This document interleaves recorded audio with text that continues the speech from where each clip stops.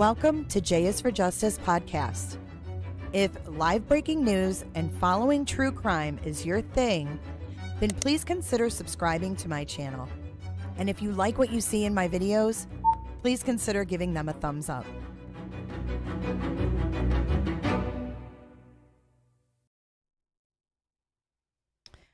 Good morning, everybody. Good morning. Good morning. Happy Thursday. It is Thursday, June 20th, and you are live with J is for Justice in the morning time. Wakey bakey. Welcome in, everybody. It's good to see you guys this morning. Hey, Melissa B. Hey, Mary Mac, Stephanie, Natalie Scannion, No Eyes. Good to see all of you guys. Mick says, what's up with the chat summary thing? It's just the little beginning screen, if you will.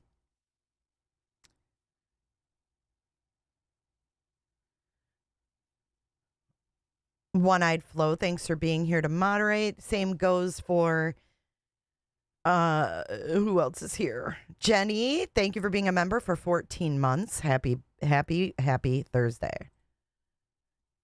What's up, Nene and Amy? Hope you're doing well. Bunny. Naomi, hello from Montreal. Wow. Olivia B, what's up? We've got Potato here. Barbie, what's up, Barbie? And Cricket became a member today, which is totally awesome.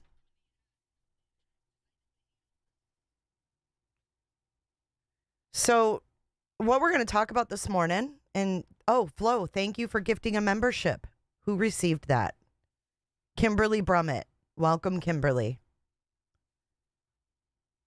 Alberta, Canada is watching. Amazing. Oh, it's Suze's day off. Crystal, Interspace, Lulu, Lynn Jeffries, Miss Ricky. Jammers, it's early for Jammers. Damn, girl, you up early.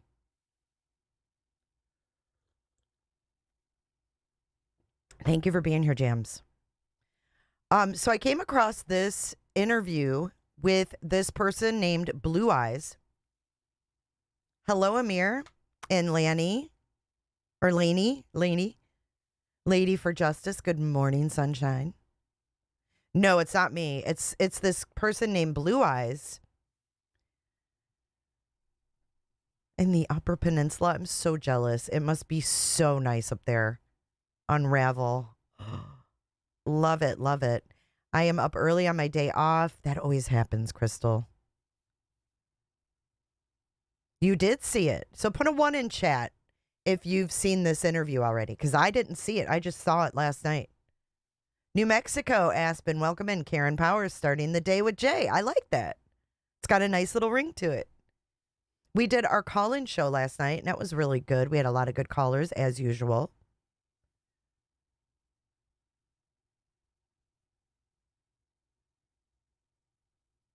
You watched yesterday's stream, made you to start screening callers. Yeah, I might need a producer soon.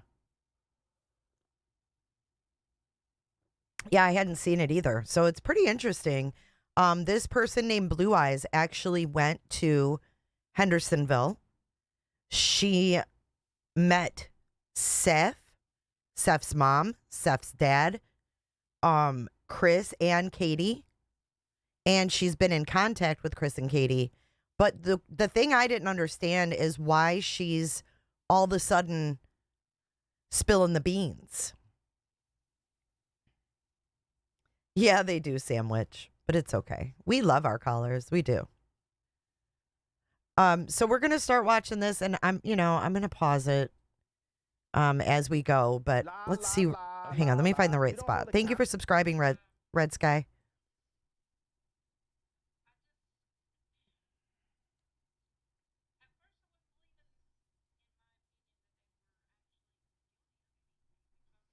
I'm trying to find the beginning. Hold on.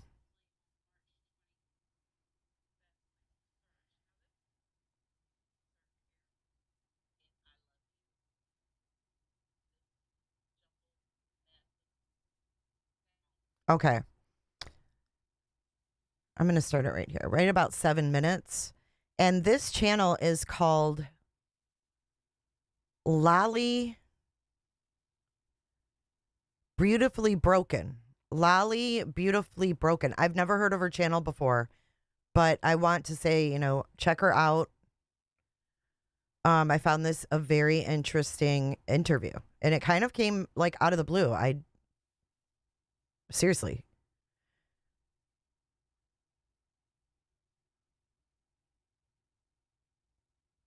She made it out like she was getting weird vibes and thought she should speak out. That's why. Ah, okay. Thank you, Miss Southern Tea. So I haven't seen all of this. I wanted to save some of it, to watch with you guys. So we'll be talking through it as we go. And I'm going to speed it up just to 1.25, just so you know.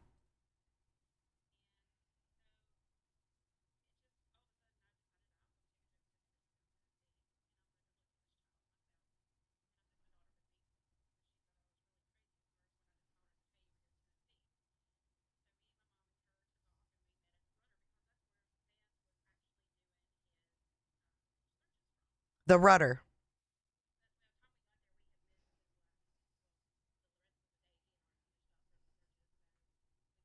Oh, y'all can't hear it. My bad. Sorry about that. Tugging at the heartstrings. It's just been one thing right after the other with it. And so it just all of a sudden I decided I'm going to take a trip to Hendersonville, Tennessee, and I'm going to go look for this child myself. And I took my daughter with me, which she thought I was really crazy at first when I just called her and said, "Hey, you want to go to Tennessee?" So me, my mom, and her took off, and we met at the Rudder because that's where Seth was actually doing his searches from. But by the time we got there, we had missed his last, well, the rest of the day he had already finished up for the searches. So we decided that we would go ahead and go check in. We rode around a couple places, went to the house. When we did take a stroll by the house, all the lights were on, even the floodlights and stuff. They said that they don't never keep on and stuff. But we went by there and we drove around. So I think right there, the fact that she drove by and said that the lights were on, I know there's like new rumors flying around that there was no light bulbs or something in the Proudfoot's lights. I don't know. But everyone that I've seen that's driven by there, any video I've seen, those lights are always on. And I'm pretty sure they said those were always on.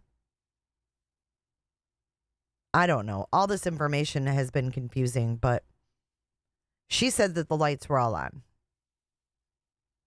And did what we needed to do to familiarize ourselves with certain areas. So the next day, me and my daughter decided to go out. We met at the Rudder. We signed the list to go search because they made you sign a sign-in sheet with your name and phone number, and you took a picture of it so that you would have the numbers to call to people if you found anything. And we handed out thousands of flyers, and we went out and was near the house.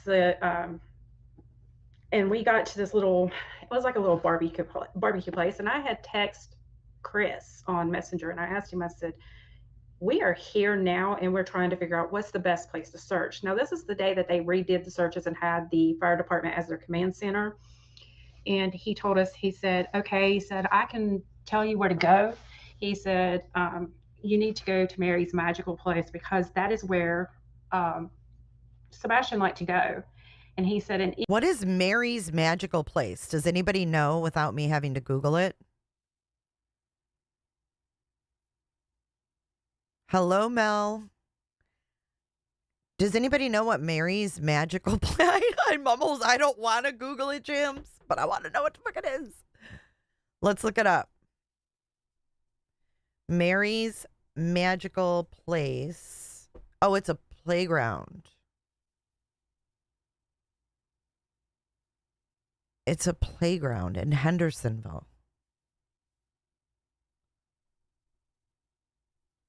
It's called Mary's Magical Place. Oh, it's after Mary Elizabeth Macaulay, who passed away.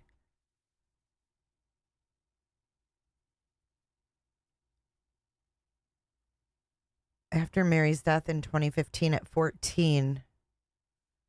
I wonder how she died. Could he walk there?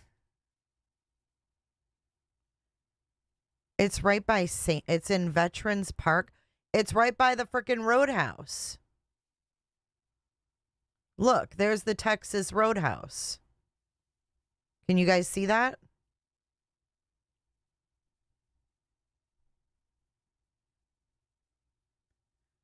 So have they not, I mean, did they not search there? I'm confused. This is the first I'm hearing of. This is weird because I've never heard of Mary's Magical Place. Like, no one ever said, oh, Sebastian loved Mary's Magical Place. But now we're finding this out 3 months later.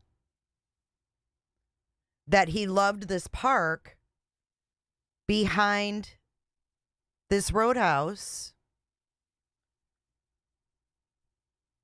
Look at, there's Culver's. He knows how to get to Culver's. If he knows how to get to Culver's, could he get to Mary's Magical Place? You have to pay to go to a playground? Say what? People online were saying to look behind Texas Roadhouse. Weird.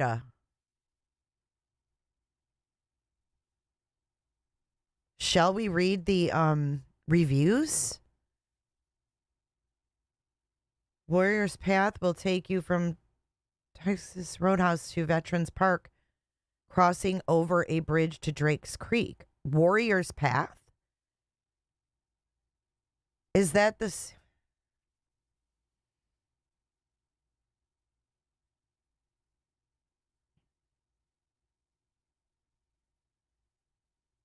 Warrior's Path? Isn't that where Summer Wells was? It's all right by Drake's Creek, and they had horses in Drake's Creek. Weird. Hello, Wendy. Yeah, the horses were in Drake's Creek, guys. In that video I put out yesterday, it talked about them having, for like 2 days in a row, the horses were in Drake's Creek. Oh my God, extra malt, because he loves malt.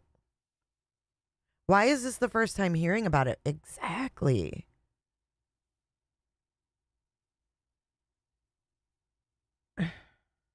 Beautiful, clean, and allows play for all children. I don't see that you have to pay to get in here.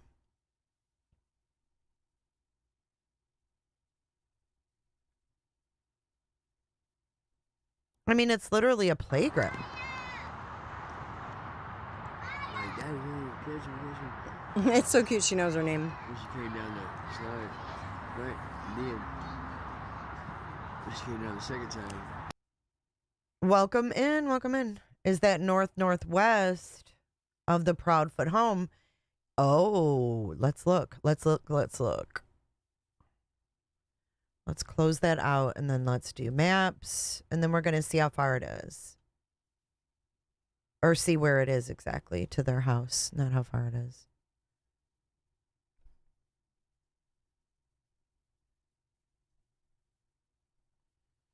Okay, so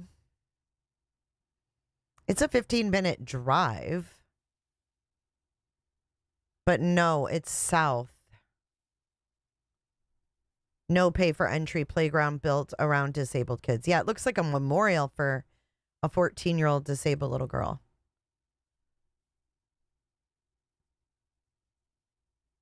So that's where it is. Can you guys see that? So it's 15 minutes south of their house. You know what's northwest, though, which is odd, is Clarksville, right? Is Clarksville. Let's see.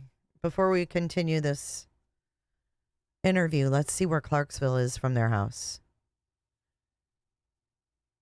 Yeah, like that's northwest. If anything's northwest, it's fucking Clarksville. Look, 1 hour and 13 minutes. So what is he saying? What is Chris saying?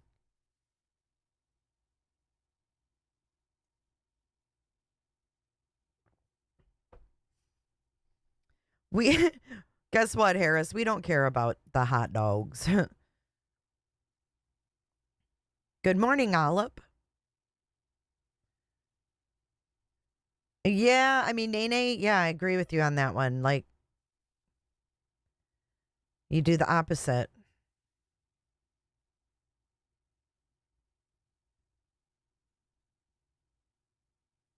I don't know, Bunny. Get yourself another cup of coffee. Okay, so that's where that is. Let's continue this. So, playground we've never heard of. Mary's Magical Place. Mental note. Miss Anonymous, you have friends in Clarksville. Maybe they are, Miss Southern Tea. I don't know. If he wanted to, he could walk there.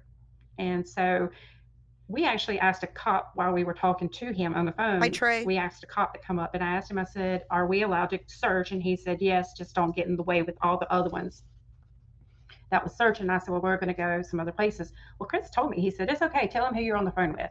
And I said, okay. So I told the cop I was on the phone with Christopher Proudfoot. Cop was okay with it and everything. So he took us all directions down to Stop 30 Road. I mean, he directed us all to it by the phone. And he said that Sebastian would have walked that road. Well, being barefooted and walking that road, no, I don't see that happening, because I just, with the textures and what they were explaining about Sebastian, I don't think that he could have stood that road. That road was horrible when we were driving down it.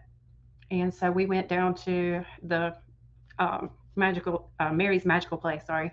And we looked out there, we put out flyers, we went down on the creek beds, everything, we looked through there. And as I said, we've talked to him several times.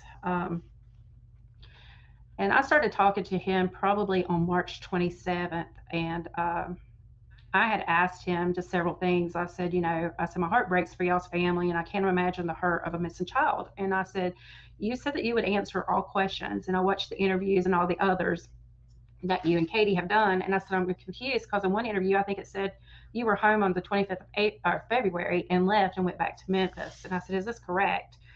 And he said, no, I got home the 26th, the day that Sebastian was missing, around 1 p.m. He said, he said, I haven't been home since early February. Okay, so that's the same thing he told Nancy Grace, remember? He got a little jumbled on it, but he did tell Nancy Grace, Chris Proudfoot, said that he hadn't been home until the day that Sebastian went missing. And so we've been talking on and off. My daughter's like, no, we don't talk to him no more. But I can't, because I feel like he was starting to communicate with me. I felt like he was starting to trust me with things that he would talk to me about. And I just, at first I wouldn't believe in my opinion that they were actually guilty of anything, because of everything he was telling me. And I know certain people are, on the fence with each one of them and all that, but I can tell you this, me and my daughter didn't get a good opinion of Seth either, but I don't feel. Oh, shit. She said that they didn't get a good feeling from any of them, but she also included Seth. Now, remember, this woman claims she met Grandma Rogers, Grandpa Rogers, Seth, Chris, and Katie. And she's spoken with them. Her name is Blueyz. I don't know her real name, but I think she's definitely telling the truth. This does not sound like bullshit to me. Good morning, Sin, my lovely. It's good to see you. Yeah, so why wasn't he home all month? Why wasn't he home until Sebastian went missing? Why was he only home that day? But he hadn't been there since early February, when we know that Nina filed emergency custody mid-January. Depositions were done mid to late January with Bowersox people and Katie for that case. Then we have Chris not being home the whole month of February, according to him, since early February. Was that when an ultimatum was given? Like, I'm not going to be here. If he's here, I'm not, or maybe he wasn't supposed to because of CPS. But he wants us to believe that, he was not home until the 26th. And remember, excuse me, Heather, the PI, said there was trouble in paradise. I believe that was a quote, Diana. Good to see you, Diana. Trouble in paradise. And she said it started back in December. She said there was a lot of turmoil in Sebastian's life. So what if Chris got this emergency custody thing and said, that's it? I'm not going to not have my daughter.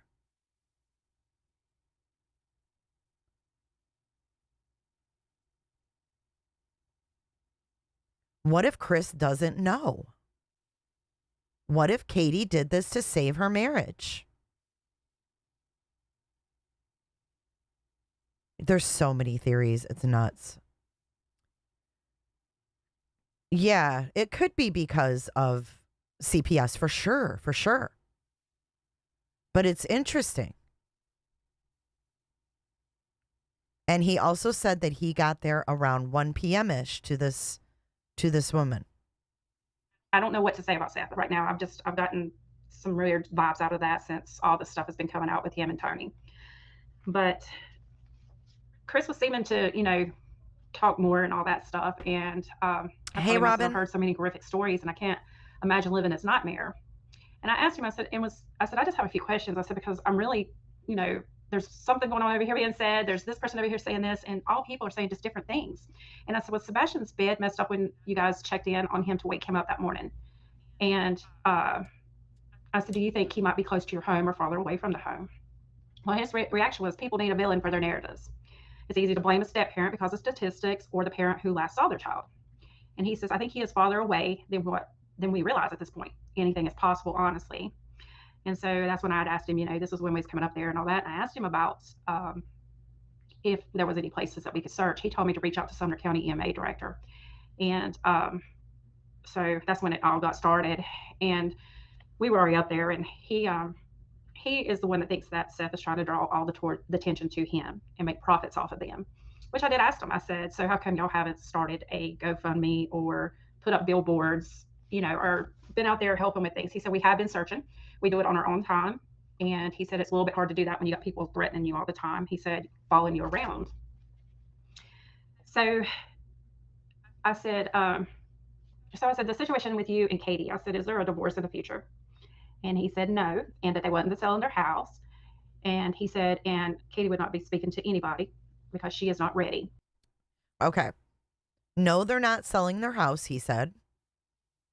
And that Katie's not speaking to anyone because she's not ready. When are you going to be ready? That's the question. When your child, you wake up in the morning, right? Like every other weekday, you wake up, you go in your child's room to wake him up for school, say, hey, it's time to get up and get ready for school. And he's not there. When do you become ready to speak about it? Because I would have been ready from minute one. I would have been ready from minute one speaking about it to anybody who would fucking listen to me. Right?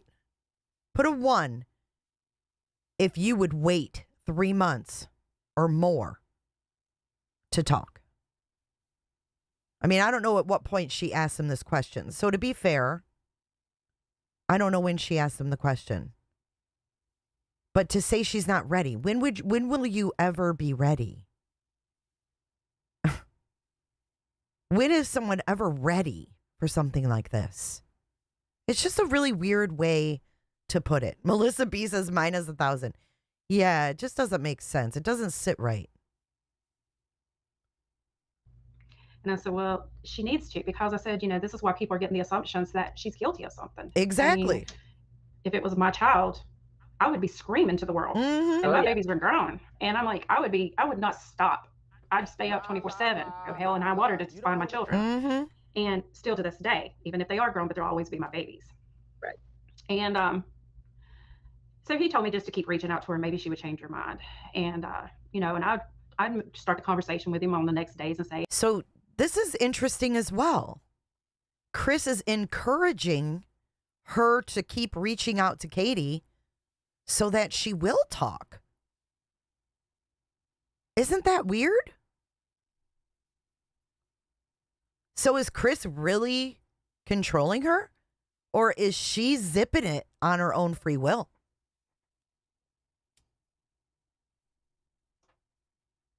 Is Katie playing everybody? Is she playing the meek, mild wife and mommy? But is she playing her own husband? She's not ready. hey, I said, I was just seeing how y'all were doing. Is there been any new news? And he says, no, there's nothing been anything told to us. It's all the same stuff. And I think that it's weird that they are talking to law enforcement and law enforcement's talking to them, but they're not giving nothing to Seth. Okay, another good point. I've said this as well. Put a 1 in chat if you think Katie is running this show. Put a 2 if you think Chris is running the show. 1 for Katie, 2 for Chris. 3 for both. Who's running the show here? 1 Katie, 2 Chris, 3 both. Lots of 1s, more 1s than I thought.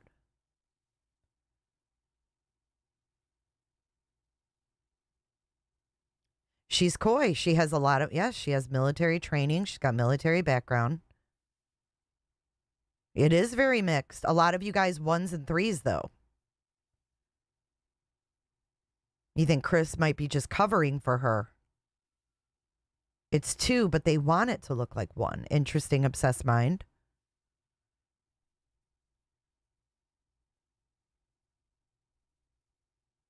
Chris and Katie were not spending time together when Sebastian was there, but when he is missing, they are tighter than a frog's ass. Interesting, yep. She's smarter than we give her credit for, and she doesn't say much. She doesn't say much. And I don't know if it's, with my opinion, if it's because Seth has released a lot of stuff that probably shouldn't have been released. And I don't know what it is, but I don't know if it's because they are the parents he was with, but I think that all parties should be involved, including Seth. That is his child too. Right. And he told me that Katie was going to be staying with him at first, because I think they did the Nancy Grace, and she had even told them that she was going back with him to stay with him while he goes back to work because she wasn't working at the time and all that. And I asked him about the bus stop and all that in front of the house because I was curious, does he ride the bus? And nobody's ever really said that I've heard. Mm-hmm. And he said, yes, he has one. It's directly in front of our house. Katie sometimes takes him, but he usually rides the bus.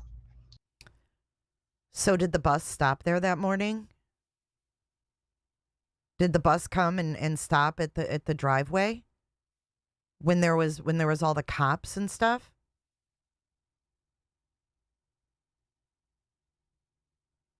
Miss Southern T says all 3 are involved and it got out of hand. TBI should give them a 1 chance pass to produce Sebastian with no consequences.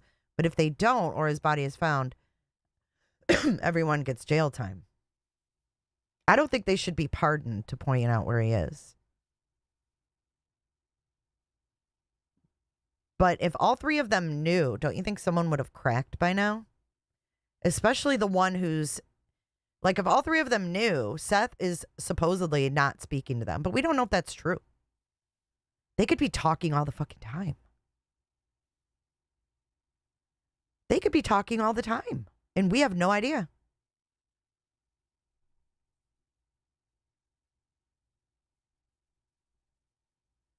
Or did Katie do something and call bio dad? Because she knows that Seth carries a torch for her. Think about that. Think about that. What would Seth do for the love of Katie? Thinking that this is going to get them together. And then when it didn't, he's like, oh, fuck. Now I'm an accomplice.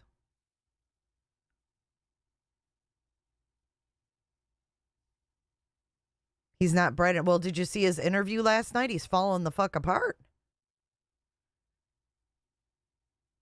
He's falling apart.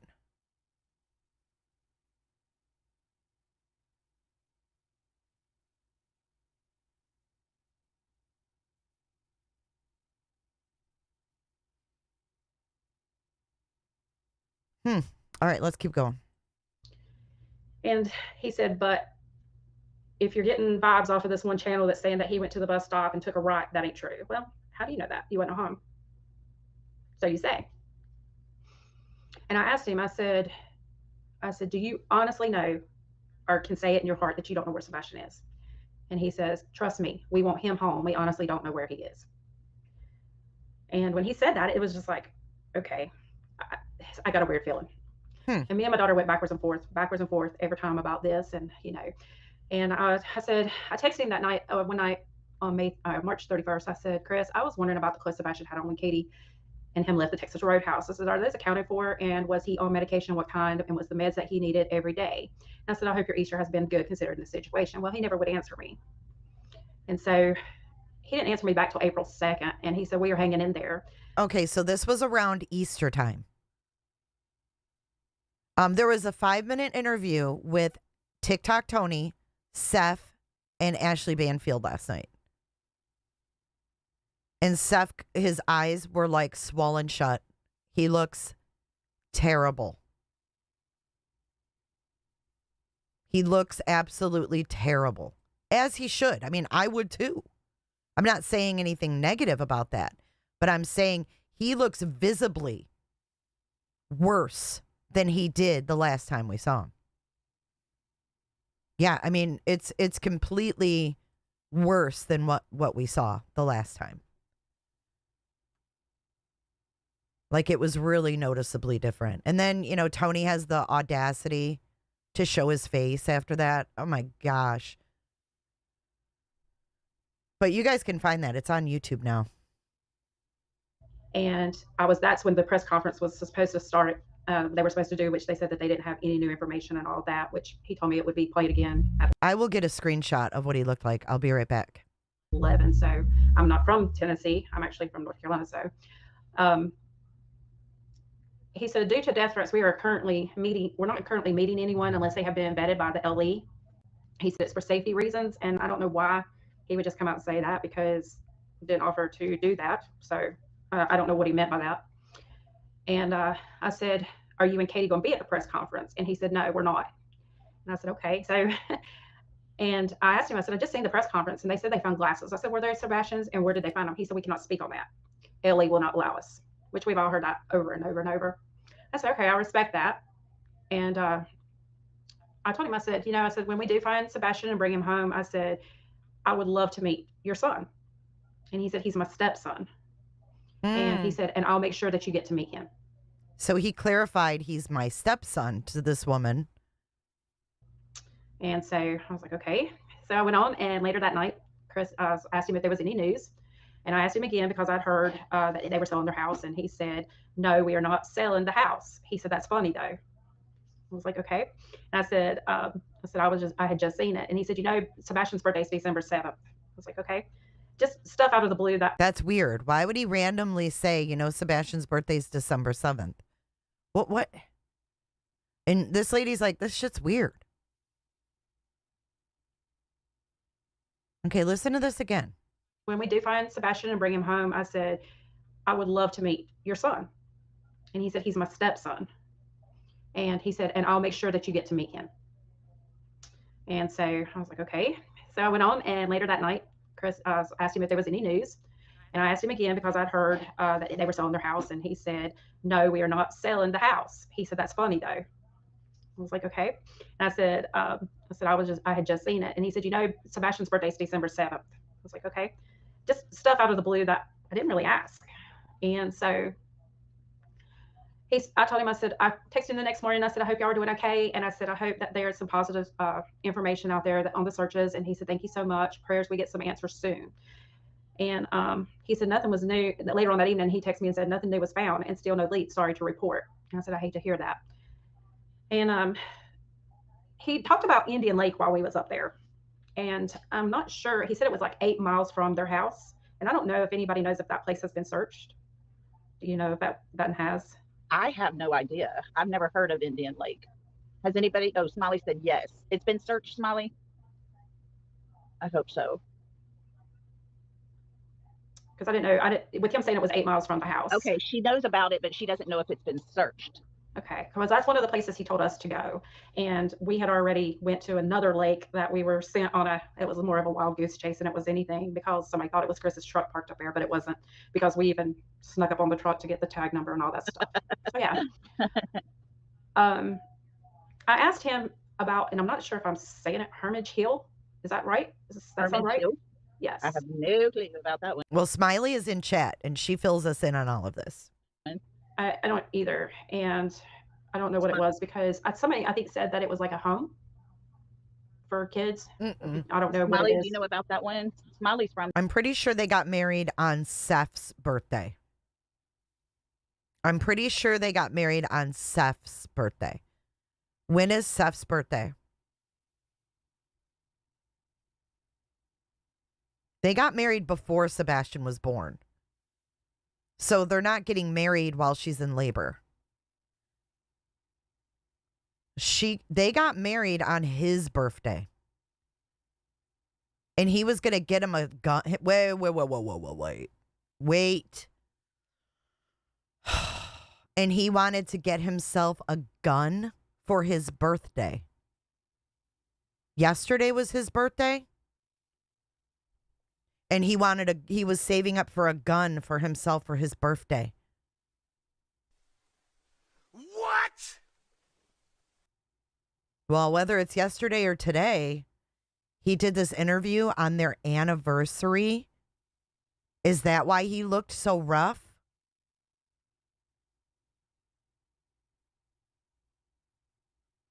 What?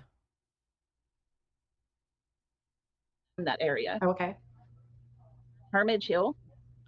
Yeah, it's spelled Hermitage Hill. So she said it was like a home for kids. A home for kids? Hermitage Hill? The fuck? No, I'm pretty sure. Nope, you know what? We're going to have to go look. Because I'm pretty sure on Coffin Daffer,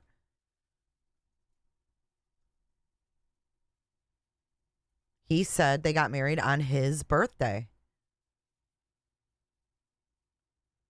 Where is the video of them? Is this it? Let's see. Okay, some people. No.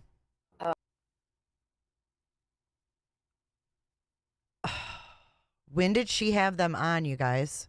Because I could have sworn he said it was his birthday. And was it live? Fuck, I don't even remember. Hermitage Hills is a town 20 minutes down the road. Yeah, I'm sure Father's Day did too, but I'm saying if that was his anniversary and he did that interview, dude, he looked terrible. Terrible.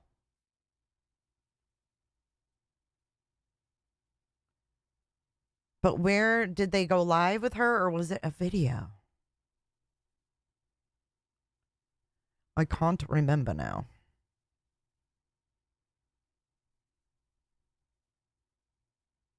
$2 months. It must have been a live because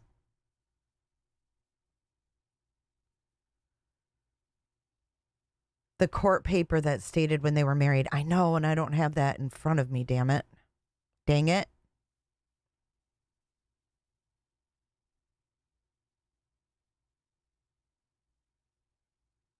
Right, Mother's Day would have been difficult too, but it's all about Seth. But we still have people taking pictures of Katie out when she's out eating and shit.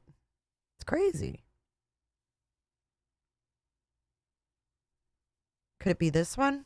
Let's get the yep, here it is.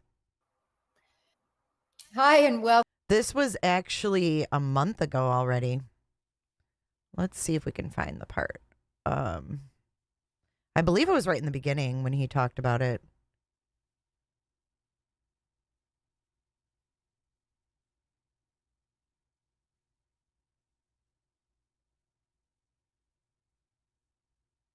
Okay, yep, here we go. June 21st. His birthday's tomorrow.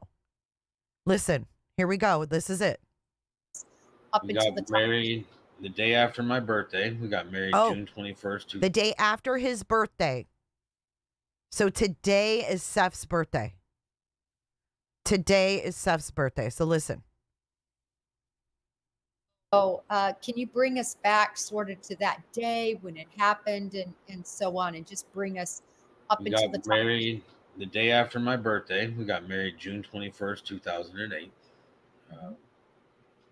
It was a very hot summer day. I remember our vehicle didn't have air conditioning.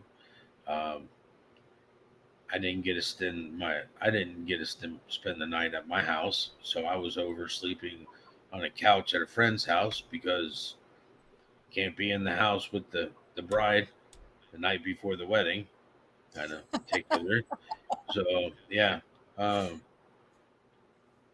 And literally the stress of it all, I actually had a migraine the whole night. So it's not like I got to do anything fun or exciting. I was sitting there like, Eeyore got I need water, married. I need ibuprofen, and I need my head The day that Eeyore got hitched. smashed in with a hammer. What did you wear? Traditional tuxedo, or was it a cowboy wedding? What did you wear? I wore it was a tuxedo. Well, no, it was a suit, brown suit. She was in a dress, beautiful dress. She was beautiful. I mean, Here we still go. remember some of the comments that she made that she was like, she was like, you've never.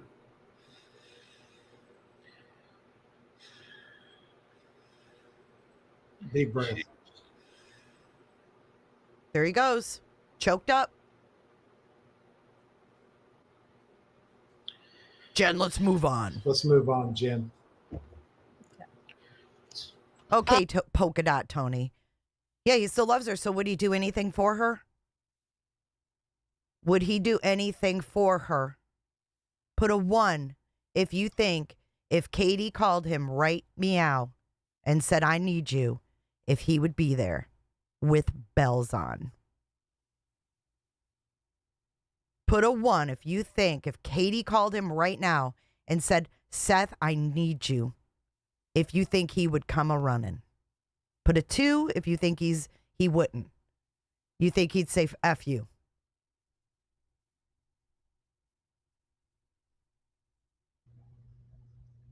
I don't know. Okay.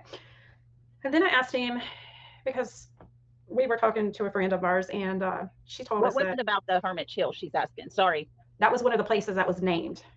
by Chris. Mhm. He talked about it to her.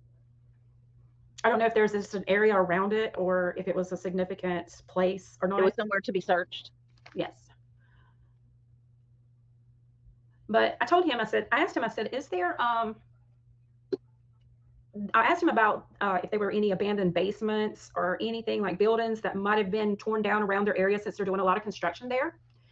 And he said no, and that there was no businesses around there that had basements, because I was thinking, well, if he did go off on his own and it was dark and all he had was his little flashlight, we don't know how long that was going to hold up or whatever, and maybe he fell down in it and got hurt and just couldn't get back out of it. So, and nobody would have hurt him if it was out there. And he says that there's no business around there and he said they don't have basements.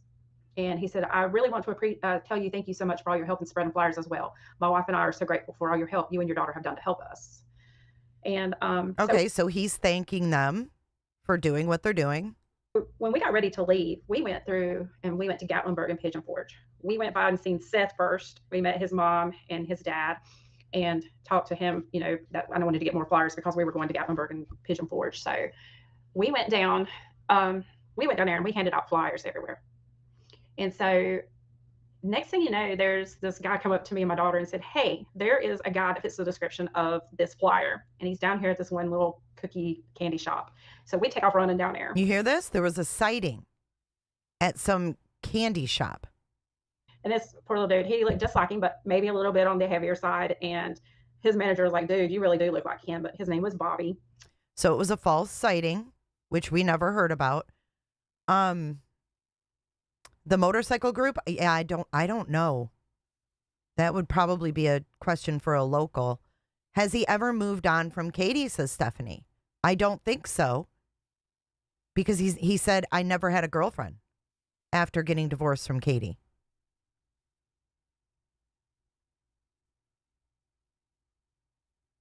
Yes. Hey, Cinnamon Hot. I thought the Coffin Lady's interview was so weird. It was. They had like a 10-minute discussion about socks. It was weird. Chunky Soul says the thing is, Seth couldn't provide for Katie properly. Chris can. He makes a good living. She still, she probably doesn't have to work, but she does. He makes probably really good money running that crane. Bikers don't hurt or help people that hurt kids. But you notice Tony called them a biker gang. That didn't make them sound very positive or good. Why would he want to put that kind of portrayal out there? And it wasn't him. We got our hopes up, but we handed out tons of flyers before we left and all that and come back home. And I've just been keeping up with it ever since. And so as long as since we've been back, I've still been talking to him. And his stepdad, even, I mentioned, I had actually posted on a group, and he was telling me Terry Bowersox had senior posted on there, said that he hoped that I didn't get caught up in all the drama and was listening and know that Chris and Katie were innocent and all. Wow. So Terry Bowersox, what did he message her or comment? Hang on. Chris and Katie were innocent and all that. Did she say it was a post or a message? Group, and he was telling me Terry Bowersox had senior posted on there, said that he hoped that I didn't get caught up in all the drama. He posted publicly, but you're going to hear this. None of the Bowersox would talk to her. Interesting. And was listening and know that Chris and Katie were innocent and all that. And I didn't respond, but I have messaged them on Messenger trying to get them to talk to me, but none of them will. Weird. Weird. He would publicly post to her, I hope you're not caught up in the drama. Katie and Chris are innocent, yada, yada, yada. And then they won't talk to her privately. It's weird. If it is truly a gang, yeah. I mean, we don't know.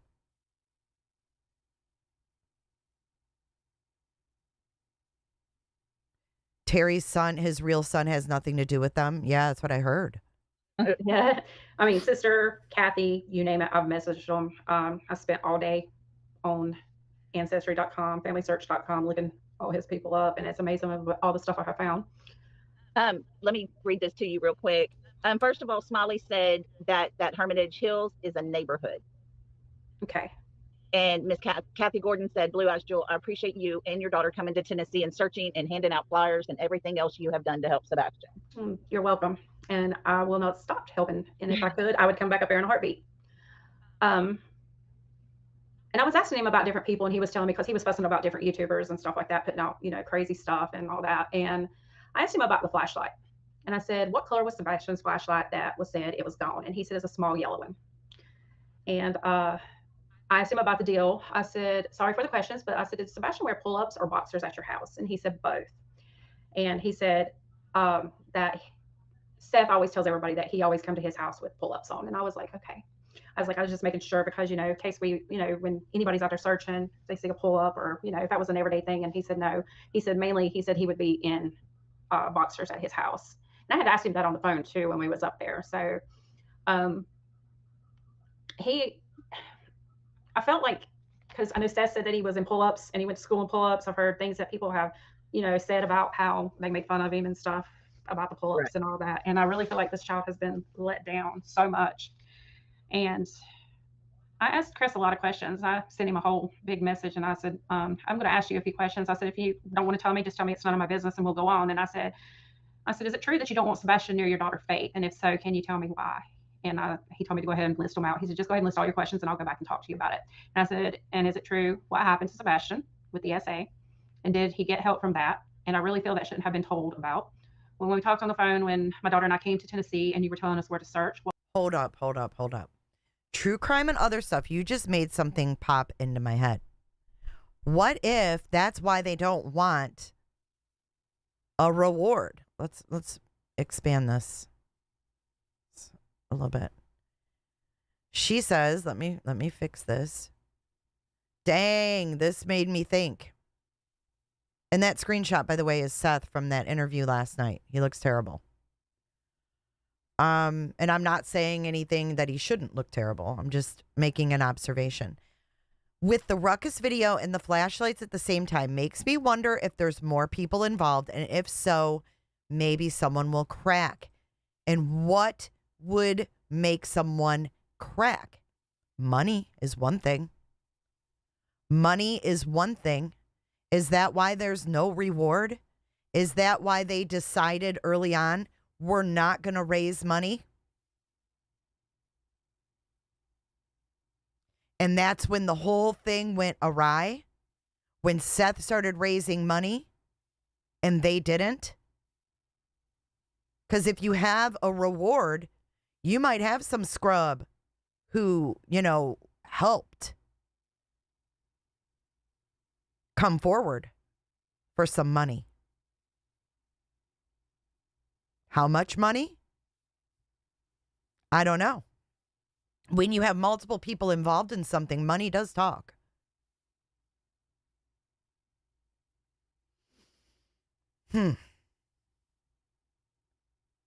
No reward. I mean, we heard Seth say, "Oh, well, my attorney's trying to get a reward set up." It's been over 3 months. It's been 115 days. It's not that hard to set up a reward fund. But then if that was the case, if LE was going to try to get someone to turn on someone else, don't you think LE would coordinate with Crime Stoppers and get a reward out there? So you could look at it both ways. If LE wanted someone to rat on the other, you'd think LE would coordinate a reward. Maybe they know no one else is going to know where Sebastian is. Right. Maybe only one person knows exactly where he is. Maybe there's several people that may know what happened, but not where he is. Good morning, Jess. But 115 days to start a reward, that's not even normal. Right, no begging, help us find our son. It's just not normal.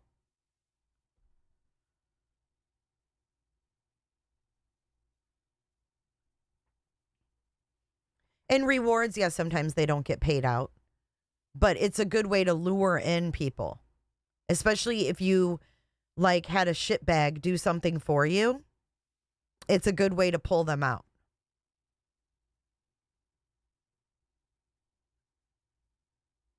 I don't know. Just a thought.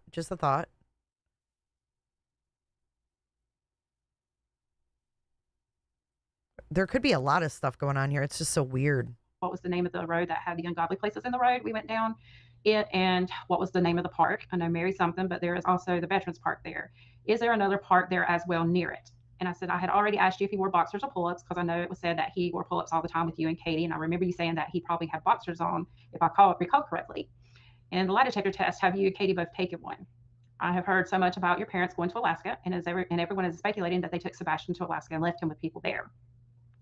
And it talks about Katie not talking to anyone, and that she holds the answers to what happened to Sebastian, that she colored her hair, and they are saying she sold her car and a house going up for sale, and that she will probably cut it short, and then you and her will run. And I said, what do you have to say about that? And why did you and Katie go to Mississippi and not back to Memphis? Do you know where he is? And I know you told me that day on the phone that you felt like he walked out and someone picked him up. What makes you think that? I said, I also have heard so much about Katie did something to him and you covered it up due to an ultimatum. I said, I believe everyone is innocent till proven guilty. And it's like no one wants to hear what you and Katie has to say, but I do. Like I said, there is two sides to every story. And I hope Sebastian is found safe and sound. And I hope that whoever is involved with this disappearance is punished to the fullest. I said, my daughter and I have put our hearts and soul into this. And I'm so wishing I could come back up there and help search for him. And we have been, I told him, I said, we have put on Facebook and we're willing to send out flyers to anybody that needs them. All they have to do is contact me, which I did get private messages, which I did go and mail out bunches of flyers to different people in different states. And I said, and the last thing I'm going to ask is whose idea was it for Sebastian to go live with Seth? Okay, so she's, I have her on 1.5 speed. Whoever said she's reading. If I had this on regular speed, I'll play it for you. She's not, I don't think she's reading. I don't think so. And I said, and I know when you have a divorce, when there is children involved, that is always something, and not every parent does the same thing for punishment and chores and how they let their children live. I know firsthand that it is always something different. I mean, I'm not saying that she doesn't have notes, because you'd have to. Like, I don't expect her to remember everything that Chris said verbatim. I definitely think she's reading things so she doesn't misspeak, and I think that's very responsible of her. I don't think it's a script. I think she's just reading it verbatim so that her words don't get misconstrued. You know what I mean? Her name is something Blueyz. I don't know if she's known in the community. I don't know who she is.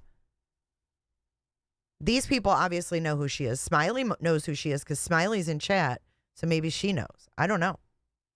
All I know is her name is Jules Blues. I don't know. Blueyz. Say thank you for Miss Blueyz letting me ask these questions and letting us talk to you last week. Also, please tell Katie I would love to talk to her. There will be no judgment. I just want her baby to be found safe and sound, and it breaks my heart for him. And it's really messed up how everyone is speculating things and how all the misinformation is going around. And I said, I hope you have a good evening, and thanks again. And he said, thank you so much. And the only reason I asked was I want yours and Katie's side. And that's what I told him. And he said, our side is too long to talk out. And Ellie has asked us not to talk about it right now. So it's just like, I got that every time I asked him something, which everybody has, I think. Yeah. Mm-hmm. That's his go-to when he doesn't want to answer. Total go-to. And it's weird because he comes back on April the 7th at 10:24 p.m. and he says, have you and your daughter posted anything on Facebook about your talks or your searches? And I called him and I asked him, I said, what are you talking about? And he says, well, I was just wondering. It wasn't no big deal. And he says, he told me that night, he said, I got to go. Ellie is calling me. I said, okay. He said, I will call you back tomorrow is what he messaged me. And so he called me on April the 8th. It was just different things. And he said that he could not tell me the reason why he didn't want Sebastian around Faith, and that Seth should have never put this, that information out. And I agree with that.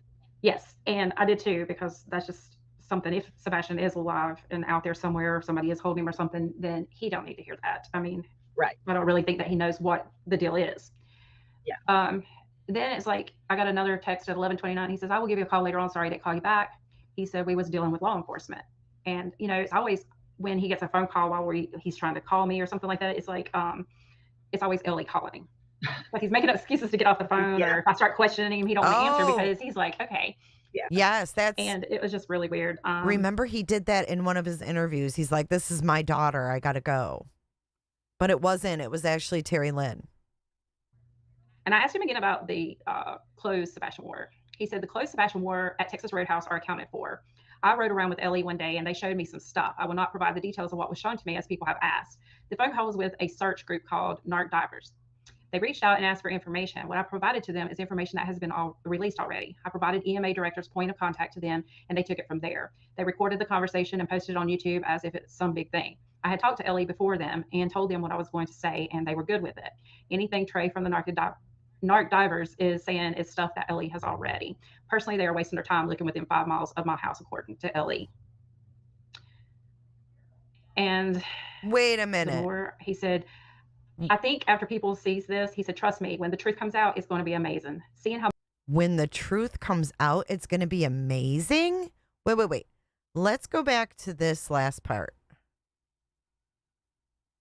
Narc Divers. Okay. Remember Trey from Narc Divers. He posted a phone call with Chris. And that was where Chris was talking about the retention pond with him.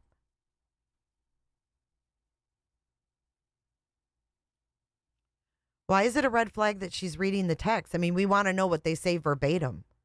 I don't want her to mince Chris's words. I want her to make it crystal clear, and she is. And I think she's doing a good job. Plus, I have her sped up a lot. I want that to be crystal clear.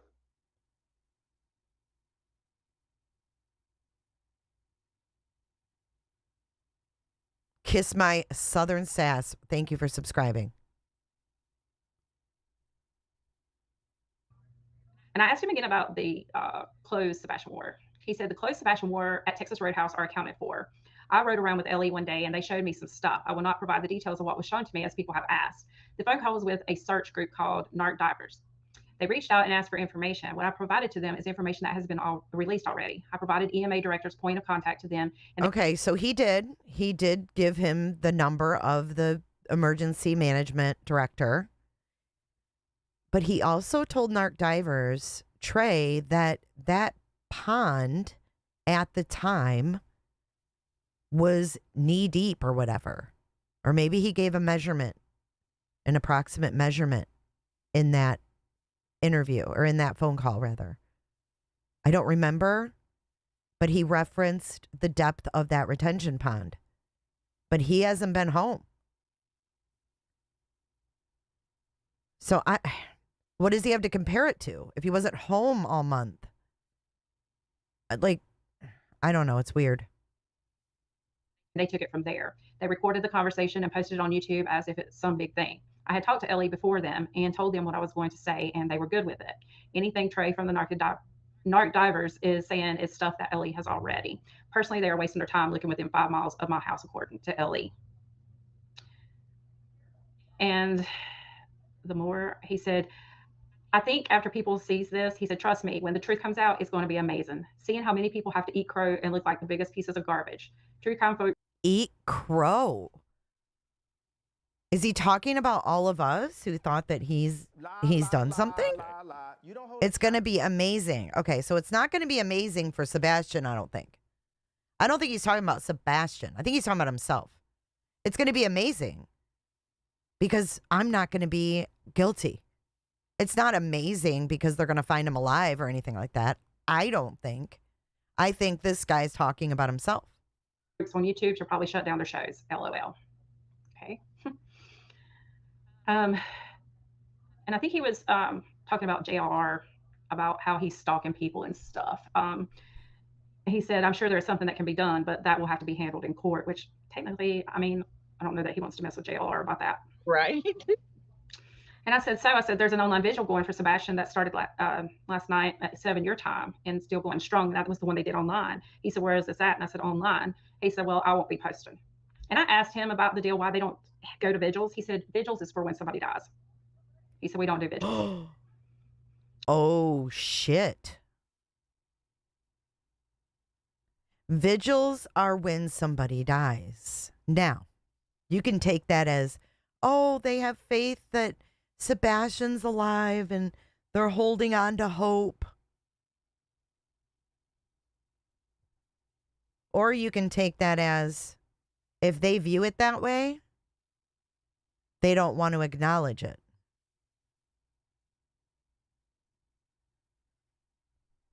You think so, Michael? Michael thinks he looks intoxicated. I didn't hear him slurring, though, like he normally does, which was weird. Because I've heard him look better, or I've seen him look better, rather, Seth, and sound worse, if that makes sense.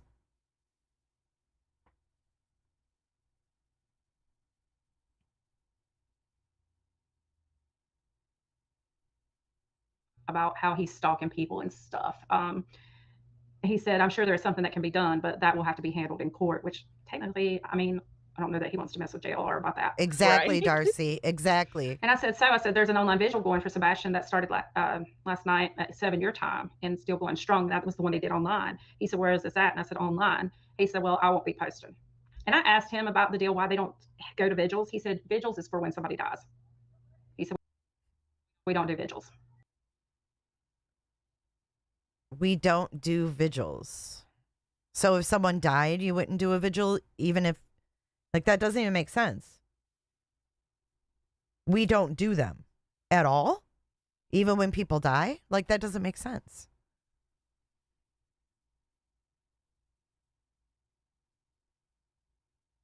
That doesn't make sense.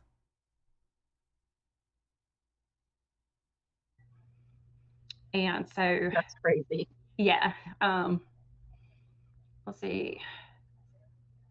I'm trying to look through my messages, so just bear with me because there's some that don't even have to deal with that. Yeah, you're good. She's been talking to him for quite a while, guys.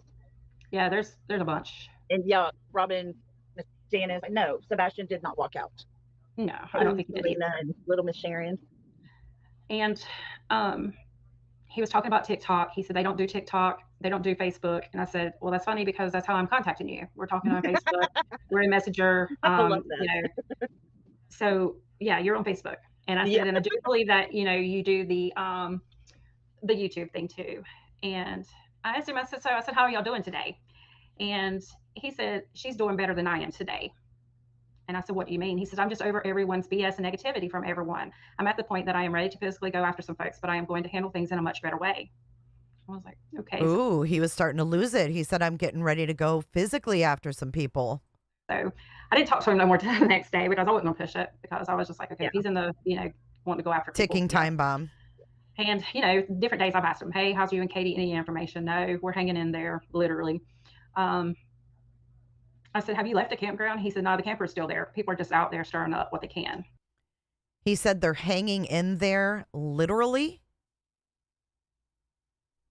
Literally. Yes, Summer Wells had vigils every week. Yep, they sure did. And they sure followed that case, didn't they, Potato? They sure followed the Summer Wells case. Yeah. And he said, it kills me that these people follow us. And he said, it does, but I think they are learning that we aren't the average person that will run from them. And I said, well, Oops. I said, I hope that you have a better day. And I'm hoping that Sebastian is brought home safe. He says, thank you, man, better today. Hopefully we will be feeling much better sooner than later. And he's unsent several messages since then. And Unsent. I had asked him, I said, this is what got me. He said, I said, good morning, Chris. I said, can I ask a question again? And I said, it was you that told me that was his clothes was accounted for the night that he went missing. I said, or the clothes he had on at Texas Roadhouse. I said, what color shirt and pants did he have on at Texas Roadhouse? I said, I think people are getting that confused. He said, I cannot answer that question. What? And I said, why is that? And he says, well, first, I wasn't there. And he said, and second, there was, he said, Ellie has those clothes. I was like, okay. Okay, but why can't you say what they looked like? This is weird. He said the clothes were accounted for that he wore to the Roadhouse, but he won't describe them. Why? Just like how in the beginning, Katie's like, I'm not going to describe my door lock system. The fuck you talking about? And we went on, and I said, you're pretty familiar with Tennessee. I was wanting to know, is there a place called Kent something? Because I've been hearing Kent. He said, there's Kent State University. No new leads of now. He said, but I've got to take care of some things. And I said, okay. So that was it. And he texted me and told me no news other than gossip the next morning. And he sent me the video, the short clip of Katie doing the Reels video. And he sent me that. And he said that she did a great job and that he was proud of her. And he said, I'm going to say this case has become so out of hand. And I said, yes, it has. And I said, well, let me just put it to you this. I said, yes, the case has become so out of hand. All that he said and she said, it annoys me, and they are forgetting what is happening right now. Everyone needs to get off of the finger pointing and focus on what is being done. Like how are they helping find Sebastian by doing all the, going backwards and forth at people? And I said, everybody speculates, but we're all human. Like you told us, we have our opinions. And I said, some may be hurtful and some may not. But I said, our main concern is trying to find out where Sebastian is. Is he safe? Is he alive? Is he somewhere that we can bring him back home? And I said, that's all I want to help do. And he said, yeah. He said, that's one of my theories and my wife's favorite video of him being safe, because I was talking about the green tea video where he holds up the green cup and the tea. And every time I look at that video, it makes me want to cry. Same. And he said, if Seth would close his mouth and his mother stayed out of it, things I feel wouldn't be as bad. And I was like, well, I'm not going to get in on that. Right. And that's when he told me again. He says, I want to say thank you, ma'am. Trust me, when he does come home, I am sure we can arrange for you and him to meet. And there's just different things that he, I'm hoping that he does come home, and I'm going to hold him to it because I want to meet that baby if he does. Right. And then it was like, I got to talk. I mean, like I said, I felt like I had gotten a relationship with him going as to be able to talk to him. And then it amazed me because one night when we talked, Katie was there. And this was right before right before the picture come out of some of the supposable spotting of Sebastian at Grandfather Mountain. And so, all right, so this is a crazy story. She lives like 20 minutes away from that sighting. Thank you, Miss Odin. Thank you for being here. She's 20 minutes away from that sighting. So she goes there, and her account of going there is freaking weird. Yeah. It's really weird. Right before that, I asked him which roadhouse it was because I wasn't familiar with things up there. And I know when I looked online that there was more than one Texas Roadhouse showing on the map, and one had closed down, and one was actually the one that they went to, which is now the only one open, I think. Yes, North Carolina. And see, the reason why I asked, because when he said search the Indian Lake area, that's where he said the Texas Roadhouse was Indian Lake. So I got to wondering about that. So that's why I asked if it had been searched or not, because Texas Roadhouse, Indian Lake, and there he tells me to search Indian Lake. And I asked him, I said, could there have been anybody following her? And he said nobody was following. And so then we got to talking about Katie's information about her side of the family. And we won't go in that because everybody knows that situation. And I asked him, I told him, I texted him that morning because I woke up. That's the first thing I do is I wake up and check my phone, see if they found anything, if there's any new news or, things like that. And yeah, I think we all do that. Yeah. So I go to sleep watching this stuff, and and it's something. And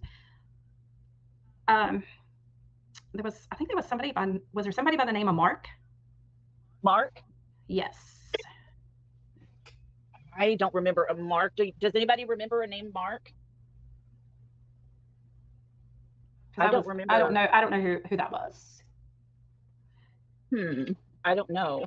I've not heard the Mark name before. Okay. And I did write a letter to Katie. I sent it to her house, and she never responded, but she did tell Chris that she got my letter. There was a vigil at the school, and I asked him, I said, did you attend? We didn't attend, but I did come to talk to Seth. And I said, well, that's good that you did. I said, hopefully you can all put things behind and find where that precious boy is. And he said, that is the plan. We can deal with the indifferences later. And so I guess, that's when we found out that they weren't going to work together, was after that. Right. He says, I said, I'm not trying to be nosy. I said, I just told you from the beginning, a lot of stuff was said. And I said, I'm putting this out to you too, that I think everyone's innocent until proven guilty. And I said, and I'm not going to try to make things out looking like the bad guy and all this. And he said, let them, law enforcement knows the truth, and so do we. And he said, if everyone wants to drink the Kool-Aid, let them. And I said, okay. And he keeps telling me every morning, if he'll text me or I'll text him, have you heard anything? Still no leads. We're hanging in there. And I think this is where I told y'all, I said, can I ask if you and Katie are doing a prayer vigil at the church? Because there was something going around on Facebook that they thought that Chris and them was doing one. Okay, I'll slow her down just a little bit if it's too fast for you guys. I have her sped up. Who's Mark? Sorry, I was getting something to drink, but who's Mark? I've never heard of a Mark in this case. First time I ever heard that. CEU? Yeah, she's not fast. It's me. It's me. And he says, we have not done anything as far as a vigil goes. I am back working, and Katie travels with me, so she isn't alone in the house with the crazy-ass people trying to go there and start some stuff. Normally, vigils are reserved for those who have passed. We refuse to believe Sebastian has passed on. And then... Wait, what? No, T-Rev lived in Indiana, not Ohio. We refuse to believe that Sebastian passed on. But you're not home for him. It's weird. One. And he says, we have not done anything as far as a vigil goes. I am back working, and Katie travels with me, so she isn't alone in the house with the crazy-ass people trying to go there and start some stuff. Why can't she have Mama Bowersox come over like Mama Bowersox came over that morning to be by her side? Is there a reason that Katie and Mama Bowersox can't hang out in the house?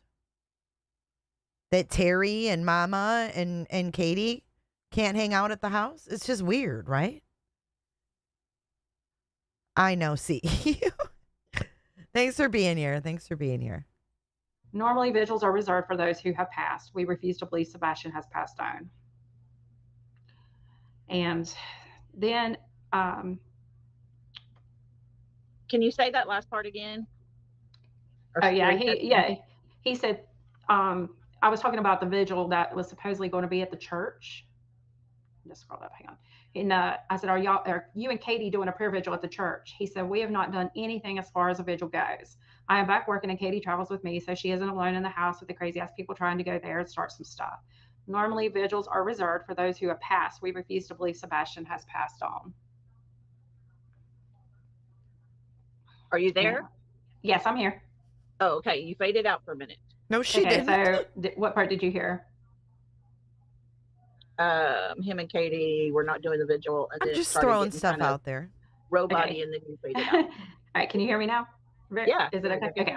Okay, he says, we have not done anything as far as the vigil goes. I am back working. Katie travels with me, so she isn't alone in the house with the crazy ass people trying to go there and start some stuff. Normally, vigils are reserved for those who have passed. We refuse to believe Sebastian has passed on. Okay. And he said, and the thing that bothers me the most is these people, the only way people will truly understand this is for them to be in our shoes. And I don't wish this on anyone for that matter, really. So then the picture comes out of the possible sighting in Grandfather Mountain. I'm 20 minutes from there. Here we go. So I get my mom. I said, get up, we're going to Grandfather Mountain today. Katie was crying on the phone with me and Chris on the phone. And she's like, that looks so much like my baby. Please. You hear this? Katie was crying on the phone. That looks so much like my baby. Please go up there and check. Well, this was the day after. And I said, I will go up there and see what I can find out. So she thought that looked so much like her baby that she's waiting till the next day to tell some random stranger to please go there? Bullshit. Right there, that's bullshit. Yeah. Even Don Wells thinks so. Come on. If you were that adamant that you said enough to say, oh my gosh, that looks like my baby, you wouldn't be able to wait 24 hours.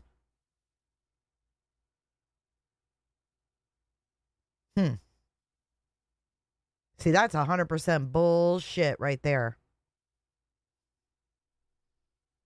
Hey, Casper. I know I was in hers earlier before. You guys need to go watch Granny if you haven't watched her yet when we're done here. She goes over the News Nation interview. And I said, I'm not far from it. I said, if that's what you want me to do. And she was telling me that Sebastian's breastbone sticks out a little bit more because it's growing outwards instead of where it needs to be. So she said, you would be able to tell if it was him, which, I mean, he wasn't, the same little boy wasn't there. I mean, they wasn't no way they were going to be there the same day. But we went up there and I took flyers. We paid $50 to get in for me and my mom. This lady paid $50 to get in and go check for Katie the next day. How long have the Proudfoots been married? I think since 2017, if I'm guessing, 2017-ish. Don't quote me on that because I don't know for sure. Linda doesn't think Katie stays there because of what happened there. The guy at the ticket stand, he gave us our receipt, and I gave him a flyer, and he said that he would pass it along and see if they could post them at the entrances. So we got up there and we went to where Sebastian, or the little boy, would have been standing. And we got out and I recreated everything where he would have been standing and all that. So we went into the Wilderness Center right there. And I asked the lady there, I said, were you working yet Saturday? And she said, no. Why? What is this concern? And I was telling her, I said, I was trying to see if you seen the little boy that was supposed to have been, that looks like Sebastian Rogers, the little boy that was missing. And I showed her a flyer. Well, she gets on the phone and she calls somebody and she said, if you'll wait right here, I've got somebody coming up to talk to you. Hang on. He comes in. Hang on. If you're listening, pay close attention to this next part because it's absolutely crazy what happens to her. It's weird. Okay. All right. So this guy comes in and he says, can I help you? And I said, yes. I said, I'm wanting to find out information about, the little boy that was up here on Saturday that everybody is thinking that it's Sebastian Rogers. And I showed him the flyer and he tells me, you can come down to the office and we can talk there. And I said, well, why can't we just talk here? And he said, no, we'd have to go to the office. So I follow him back down, and I go into the office. I'm led to a conference room. There is a lady sitting to the left of me. The guy that come up to get me at the main top of the mountain was in front of me, and another guy. So this is the next day. She's inquiring about this photo, and they take her ass back to a conference room where there's several people waiting. Was this a setup? What the fuck? What is that? They were already in place. Yeah, I think their divorce took a while, though. I don't know when it was final. It was definitely filed in 2016, but I don't know when it was final. Hey, Gustavig, welcome in. Welcome in, everybody that's just joining. We have 1,700 people here. Have you guys hit that like button? Thank you for being here, folks. I was to the right of me. I had to show my license. I had to give them my phone number. I showed them pictures where I had been up there searching, the whole sheet. And I got interrogated like I had just committed the worst crime that you had ever thought. I just told him, he asked me what my relationship was to him. I said, I'm just a concerned person being up there to look for him. I said, I know that there is, supposedly a sighting up here. We don't know if it was him and all this, but I mean, they questioned me about everything about him, and why I was up there and just everything. And he said, this stuff will be turned over to law enforcement. I said, go ahead, because I have nothing to hide. I didn't do anything. I'm just here as a good Samaritan trying to find this little boy. Finally got out of an interrogation room. And I mean, this lady was writing down everything I said in there. And, like I said, they took copies of my license and stuff like that. I had to give them phone numbers. Okay, but she doesn't say, and what I would have asked her, because if they gave her, business cards, I would have said, did you ask who they were? Did they give you a business card? Because I'll be damned if I'm going to walk into some wilderness center at a park that I just paid $50 to get into and be called back in some office just because I'm asking about a social media post of a kid that was seen there the day before and not ask who they are before I start giving my license and stuff. So I would have to assume this lady knows exactly who she was talking to. Because you'd ask. You would definitely ask. But she's not saying who it is. It could have been FBI. Yeah, absolutely it could have been. It's another state, right? Or could they have had the local authorities go in there? And I had to give them copies of phone numbers. She gave them pictures of where she was searching. I mean, you're not going to give that up without asking who you are and why you know what I mean? They had to have introduced who they were when she got back in that room. And she was probably like shook. Anything that they wanted, I gave them. Anything like I said, they I don't have wanted. nothing to hide, and that's exactly what I told them. See, I don't have nothing to hide. You can have everything. So there were people there waiting for people to show up on this sighting. Were they wondering who would come there? And who wouldn't? And why? But she says, I gave them anything they wanted. That's what you do when Ellie's questioning you. You say, I don't have nothing to do with this. You can have whatever you want. That's what innocent people do. I think it could have been Amy. Which really shocked me. But Chris told me the whole time it wasn't him. Katie said yes. And so I come back and I called him back and I told him, I said, look, I just got interrogated by the people at Grandfather Mountain. And I said that. She said interrogated, y'all. Y'all, she just said interrogate. She told Chris, because she wasn't happy. She was probably scared shitless. What have I gotten myself into? So she tells Chris, dude, I just got interrogated at Grandfather Mountain. She used the word interrogated. Yikes, Ashley. Jeepers. Listen to that part again. But Chris told me the whole time it wasn't him. Katie said yes. And so I come back and I called him back and I told him, I said, look, I just got interrogated by the people at Grandfather Mountain, and I said that they wrote everything down about what I said. And I said, which is fine. I said, like I said, I told them I don't have nothing to hide. I was just up there looking. And I said, hopefully we'll find out something soon about it and all that. I said, and so going from there, the next conversation was about, I'm not sure, Terry Lynn that found the pants. And he was. Okay, before we get into Terry Lynn finding the pants. This is crazy. Hey, Canadian Cat Lady, welcome in. Welcome in.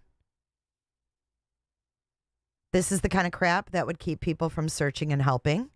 Scary, right? Scary. Katie and Seth thought it was him. Chris didn't. Katie and Seth thought it was Sebastian. Chris didn't. It goes back to our theory that we discussed that allegedly one person knows where Sebastian is located. I don't know what it could have been a plan to, Sandwich, but it seems odd. Nicole LTL, thank you for being here. You're enjoying this, and thank you. Not very for your commentary. Happy with her, so I won't even read what he said about that. Oh, shit. So I wish you would have read it. It would give us some insight. But she says the pants, when Terry Lynn found the pants, he had some things to say. He was not very happy with her. And she didn't want to say what he said about her. So why would he be so upset about those pants?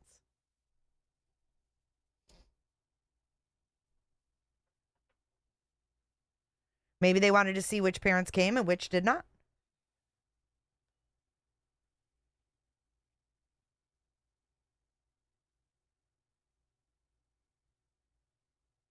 What if he was just dropped off somewhere where he didn't know where he is and Chris was like, find your way back.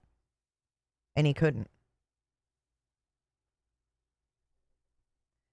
Nana says they sent this kind lady to find out what L.E. knew. You think they sent her in to check out the situation?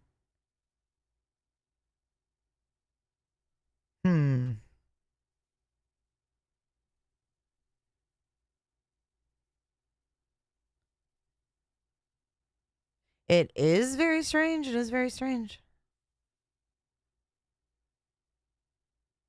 I think that picture was fake. I think it was actually maybe could have been Sebastian, but I think that it was a fake photo made to see what kind of reaction they would get from certain people, maybe. And maybe that woman walking was one of or someone that Katie or someone would recognize. And if they don't react on that, then they have something to ask them about, right? I don't know. We're not going to know anything because they are keeping everything close to the vest. My opinion. And I think it come back that they were not his pants. So he said that they're keeping tight-lipped about it. And I said, who's keeping tight-lipped? And he said, law enforcement. And I was asking him about Mother's Day, how I thought that Katie was going to react to Mother's Day. And the way he told me was just weird. It gave me an eerie feeling. And I think this is when things started turning for me. And he said, we'll handle that when it gets here. But he said, I think she's doing pretty good. Okay, wait. Let's go back on this for a second. Let's go back to that sighting. Now, if only one person knows, let's just say, for shits and giggles, speculation only, for theory purposes, that Chris is the only one that knows where he is. Now, they put out a fake, and it could go either way, right? But why would Katie, did Seth go there that same day? This is what I need to know. I need to know what day Seth went to Grandfather Mountain. Because if Seth went there, wouldn't it make more sense that Seth would fill Katie in? Why did they need this lady to go the next day to check it out if Seth was already there? Why was Katie still thinking the next day that it was him? When did Seth go?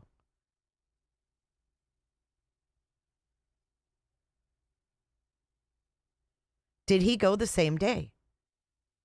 Because remember, the text flew out there. It leaked that him and Michaela were heading down to North Carolina or over or whatever it is. How would CP know what Sebastian wears? I don't know. I guess if he wears the same type of stuff. Did she go there before Seth? He left that night. So would he have been there before this lady? Because she went the next day. He left the same day that that picture came out. So then they had this lady go, pay $50 to get in with her mother, to be interrogated by LE so that she could report back. Is that what we think? Reference Dolly. Seth drove through the night to get there. So she would have been there later after Seth. Gypsy Trails says, look at T-Rev. He went later than that woman. Huh. Did he go at all? Are we sure he actually went? Do we know that Seth even went? Because wouldn't he have gotten this same treatment? Wouldn't he have been pulled back in a conference room? Did he say he was? And he said, well, we're taking one day at a time. And so when Mother's Day did come, I said, you know, I'd like to wish her a happy Mother's Day in the instance. So I said, I know it's not a good time to say that, but she is still a mom. And he said, well, she's doing good. She said that she's holding her own and she was doing pretty good, you know. And I'm sitting here thinking, How? that was my child missing on Mother's Day. I would be bawling my eyes out. I would probably be a wreck. The only child she has as well. Yeah. I mean, she doesn't have any other child. So he was the one that made her the mother. So this is weird. So you're cutting out again. Okay. No, she's not. She's not cutting out. She's not cutting out at all. It was the creator's issue. But Seth makes zero sense to me, says Suze. He gave me worse vibes than Chris did, and I don't care for any of the parents. He stated he did go, and they would not give him any information on the sighting. It doesn't sound like they gave this woman any information either. They wanted information from her. They want to know who she was and why she was there and where she had searched, et cetera, et cetera. Weird. Seth said they would not show him the video, says Miss Vu.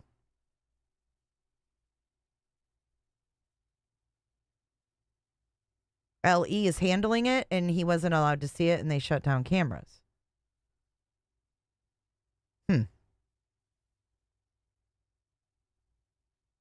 It's just odd that she would be interrogated.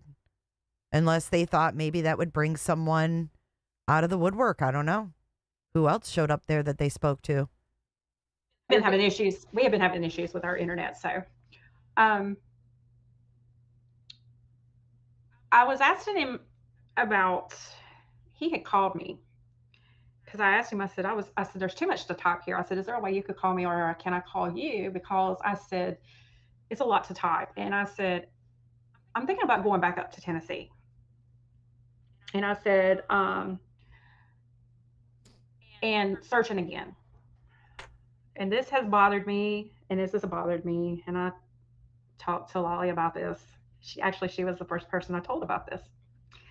And I told him, I said, if we come back up there, I said, would you be able to tell me where I need to go look? And so he, like I said, we were on the phone and he said, yes. And he said, I'm not supposed to tell anybody this, but I feel like I can trust you with this. And he said, but I'm not supposed to tell. This is coming from Chris Proudfoot, guys. I'm not supposed to tell you this. Do we want to assume this is going to be a big fat lie? Because do you think that Chris Proudfoot is going to trust any outsider? And we'll go back and listen to how many people were there after this part. Ellie. Listen to this. Listen to this part, guys. Sorry, Ellie go has ahead. no, you're fine. Ellie, or my heart's like beating out of my chest right now. He said Ellie has told us that Sebastian is most likely dead, and that we need to search northwest of the search. They've already done a 5-mile radius of a search, but they're saying that they need to go another 10 yards or 10 miles out. So we're looking at, Wait a minute. so if they already did Something ain't right. 5, so there's another 15 out. So anywhere from 15 to a 20-mile radius. Are you hearing this? He said that law enforcement told him, and this is secondhand info, law enforcement told him that Sebastian's most likely dead and they should search northwest out of the zone. So do we need to take that like opposite? Maybe he's close to home? Because we heard the emergency operations manager say statistically he would be 1/3 of a mile from his house, right? I believe that's what he said. But he's like, oh, I'm trusting you. That makes her really want to believe him. You know what I mean? Like he's playing that like, you know what? I really trust you and I feel like I can share this with you. And I'm going to give you one big fat lie. Put a 1 if you think that that would be a lie. Put a 2 if you think that would be accurate.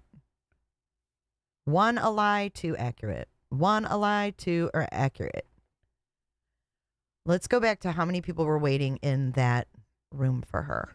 Okay. A Ouija board down your pants. You're going to pull that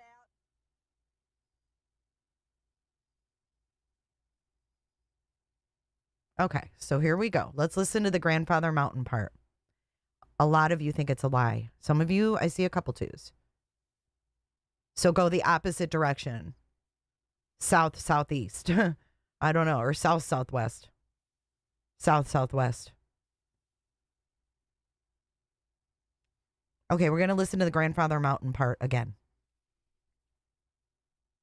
In Grandfather Mountain. I'm 20 minutes from there. So I get my mom. I said, get up. We're going to Grandfather Mountain today. Katie was crying on the phone with me and Chris on the phone. And she's like, that looks so much like my baby. Please go up there and check. Well, this was the day after. And I said, I will go up there and see what I can find out. And I said, I'm not far from it. I said, if that's what you want me to do.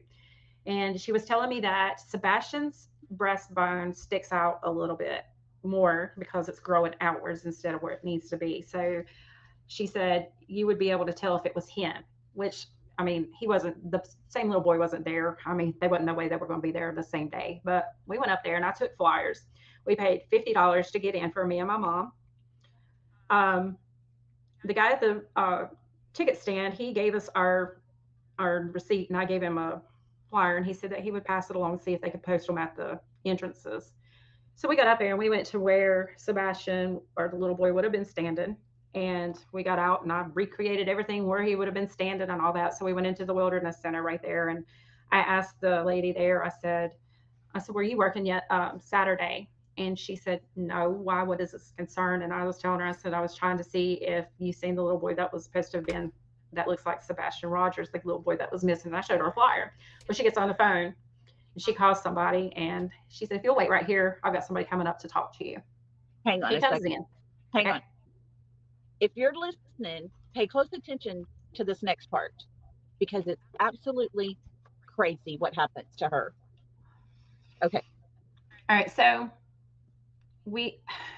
this guy comes in and he says, can I help you? And I said, yes. I said, I'm wanting to find out information about, the little boy that was up here on Saturday that everybody is thinking that it's Sebastian Rogers. And I showed him the flyer and he tells me, you can come down to the office and we can talk there. And I said, well, why can't we just talk here? And he said, no, we'd have to go to the office. So I follow him back down, and I go into the office. I'm led to a conference room. There is a lady sitting to the left of me. The guy that come up to get me at the main top of the mountain was in front of me, and another guy was to the right of me. Oh, she almost said officer. She almost said officer. There were officers there. Listen, we're going to play her on normal speed. She almost said officer. So the guy who walked her back, she said there's a lady sitting. Listen. Left of me, the guy that come up to get me at the main top of the mountain was in front of me, and another guy was to the right of me. Hear that? Another guy. She almost said officer. There were fucking officers at Grandfather Mountain. Why? Did y'all hear that? Woohoo! What the fuck is going on? So I follow him back down, and I go into the office. I'm led to a conference room. There is a lady sitting to the left of me. The guy that come up to get me at the main top of the mountain was in front of me, and another guy was to the right of me. I had to show my license. I had to give him my phone number. I showed him pictures where I had been up there searching the whole sheet, and I got interrogated like I had just committed the worst crime that you had ever thought. She got interrogated like she had just committed the worst crime that you had ever thought. I didn't hear that the first time. What the hell? What does this mean? That they were up there? A possible sighting. And they're just parked there in the conference room waiting for someone to show up?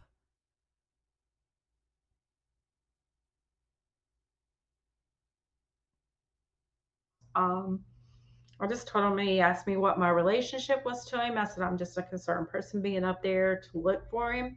I said, I know that there is, supposedly a sighting up here. We don't know if it was him and all this, but I mean, they questioned me about everything about him, and why I was up there and just everything. And he said, this stuff will be turned over to law enforcement. I said, go ahead, because I have nothing to hide. I didn't do anything. I'm just here as a good Samaritan trying to find this little boy. Finally got out of an interrogation room. And I mean, this lady was writing down everything I said in there. And, like I said, they took copies of my license and stuff like that. I had to give them phone numbers. Anything that they wanted, I gave them. Because like I said, I don't have nothing to hide. And that's exactly what I told them, which really shocked me. But Chris told me the whole time it wasn't him. Katie said yes. And so I come back and I called him back and I told him, I said, look, I just got interrogated by the people at Grandfather Mountain. And I said that they wrote everything down about what I said. And I said, which is fine. I said, like I said, I told them I don't have nothing to hide. I was just up there looking. And I said, hopefully we'll find out something soon about it and all that. I said, and so going from there, the next conversation was about, I'm not sure, Terry Lynn that found the pants. Okay, that's the end of the Grandfather Mountain part. So that's that. So let's go back to where we left off. Very fucking weird. I'm going to put her back on 1.25. I'm not supposed to tell anybody this, but I feel like I can trust you with this. And he said, but Ellie. Listen to this. Listen to this part, guys. Sorry, Ellie go has ahead. no, you're fine.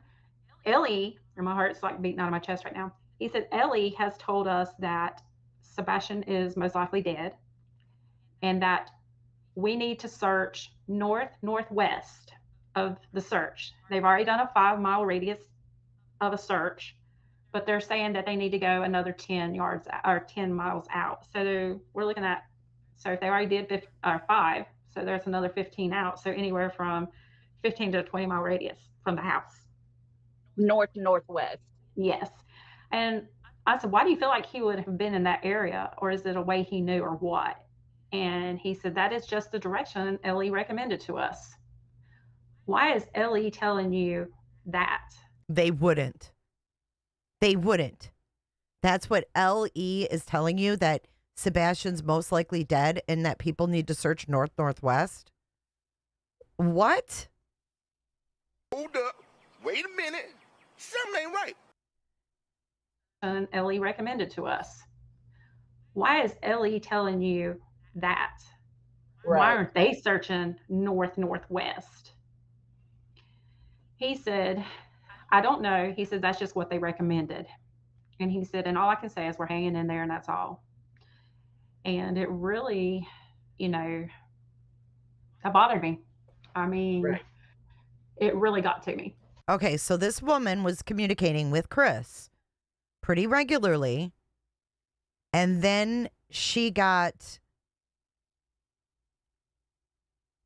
a weird vibe. She started to pick up on all these red flags. I mean, can you imagine?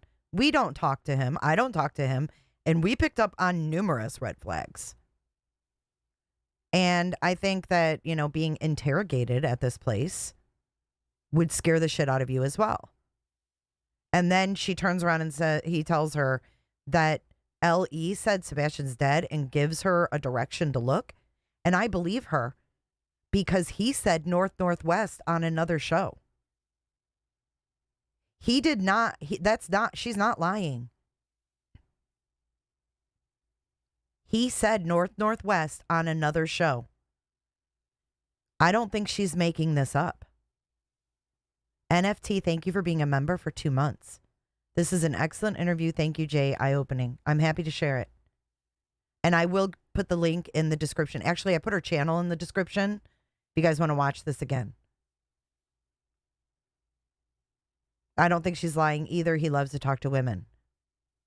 And it sounds like they talked for a while. It does not sound like Clue at all. That doesn't sound like Clue at all. Yeah. And so, a couple days went on and all that. I didn't talk or anything because it just, it bothered me so much that I was sick. And I think I told you the same day that I told you. Right. I was like, oh God, do I do this? Do I not? What do I do? And so I think the last time I talked to him was because I had to fly out of state. And I come back and Mother's Day got brought back up. And again, I don't know what brought Mother's Day back up. And he said, I just wanted to let you know that Katie handled it pretty well for what she could. And my parents were around her and he had to work all day. I said, well, that's good that she had somebody with her and all that stuff. And I did contact other people about what he had told me and if it was passed along or not. I don't feel right calling Hendersonville Police Department. I really don't. So she's saying she called and reported what was told to her. And she's saying, I didn't feel comfortable calling Hendersonville police with it. So let's listen who she contacts. And Helen, thank you for being a member for 4 months. We love you too. Because I feel like that, okay, he does have a neighbor that's in his community that works there. Right. And I really just feel like that they are involved with somebody there. And he had mentioned 2 names that I don't even know who they are. And I don't know if they work for the police department there or not. I can't say. I don't know. But he name dropped 2 officers and she's not sure if they work at Hendersonville or not. He told me that he didn't do the ride or the motorcycle ride. And he did say that he did an interview with somebody, but I don't think he didn't tell me who that was. And then I've got a little cousin that has cerebral palsy and autistic and stuff like that. And I was asking him because we were talking about peanut butter. He said that Sebastian loved peanut butter, that they had to buy him his own jar. And we were talking about that because she was like that. And he keeps telling me there's no leads, nothing new. And he's unsent, I don't know how many messages, like he was going to try to tell me something. So I went back and I asked him again about, I said, I had sent him one at 9:10 one night. I said, good evening, Chris. I said, Katie did a good job on her interview on that Reels. And I was sitting here remembering back to our phone Hey, conversation. Okay, so she's talking about the Reels interview that Katie did by herself. Start that over because you got kind of blurry there. No, you Okay. didn't, but okay. I told him, I said, good evening, Chris. I said, I wanted to let you know that I did watch the interview, that, did good on her interview today. I was sitting here remembering back to our phone conversation about they were saying that Sebastian had passed and it would be a recovery and maybe searching a 10 to 10.5 mile radius north to northwest of the house. And I said, again, is that a specific location? Does it go into another city, county, or what the area is like? And he never would answer that back. And it went on till May 25th. And he said, searching outside the 5 mile radius is the best place to start. Okay, but Hendersonville is not the lead. Sumner County Sheriff is the lead agency on this case. Jammers. For donuts. 12 months of donuts. Thank you, Jams, for your support. Sometimes he slept with socks on. I was like, what did that have? I didn't Wait, ask what? nothing Let's about- hear that again. Okay, so let's go back. 10.5 mile radius north to northwest of the house. And I said, again, is that a specific 10 or 10 and a half? 10 or 10 and a half mile radius? Why the half? 3 hours and 37 minutes, doorstep to doorstep. location? Does it go into another city, county, or what the area is like? And he never would answer that back. And it went on till May 25th. And he said, searching outside the 5 mile radius is the best place to start. Sometimes he slept with socks on. I was like, what did that have? I didn't ask you nothing about. That's really strange. Yeah. Okay, so maybe he wasn't barefoot. Maybe he had socks on. God, and it brings me back to that leg found in Flowood Pond in Mississippi with a sock. Oh, socks has been brought up all the time. Socks was brought up. Seth said he had Naruto socks. Him and Jen Coffindaffer talked about socks for 10 minutes. We heard about Sebastian's balled up socks under his pillow next to the bed. He'd have one sock on, one sock off. Casper, thanks for being here. Enjoy your dinner. That's why Craddock says, I'm not going to say he was barefoot.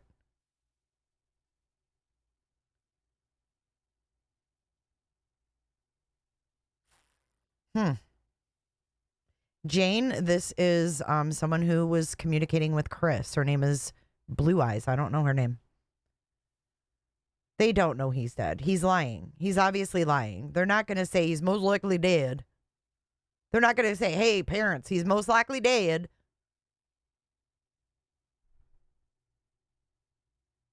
Because they told us they have no proof of anything. They're telling us no foul play, and Chris Proudfoot's saying he's most likely dead. So all these little things are going to catch up with him. And remember, Katie nudged Chris in that one interview when they asked about where Seth lived and if Sebastian knew the route. And then Chris started to explain the route and she nudged him.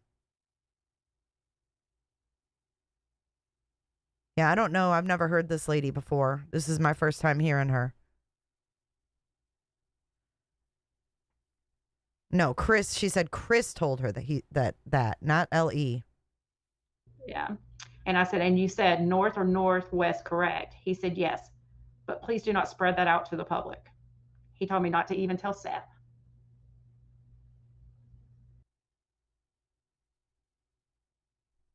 Wait a minute. I said, and you said north or northwest, correct? He said, yes, but please do not spread that out to the public. he told me not to even tell Seth. Seth's house is northwest. And I told him I wouldn't, but here I am. And That's then I probably not waited. even in here, so you officially No. probably haven't said anything to Seth. I said, if I was looking at your home, Mm. he said, just go in the general direction of northwest. And he keeps bringing that up. And I just, I was like, why do you keep mentioning this direction? Exactly. And I said, in one of the pictures, when he is sitting in the car, I said, did he normally wear that the chest brace? And I was wondering if that's because of the thing that she said that his breastplate, was growing out. So that's why I was wondering.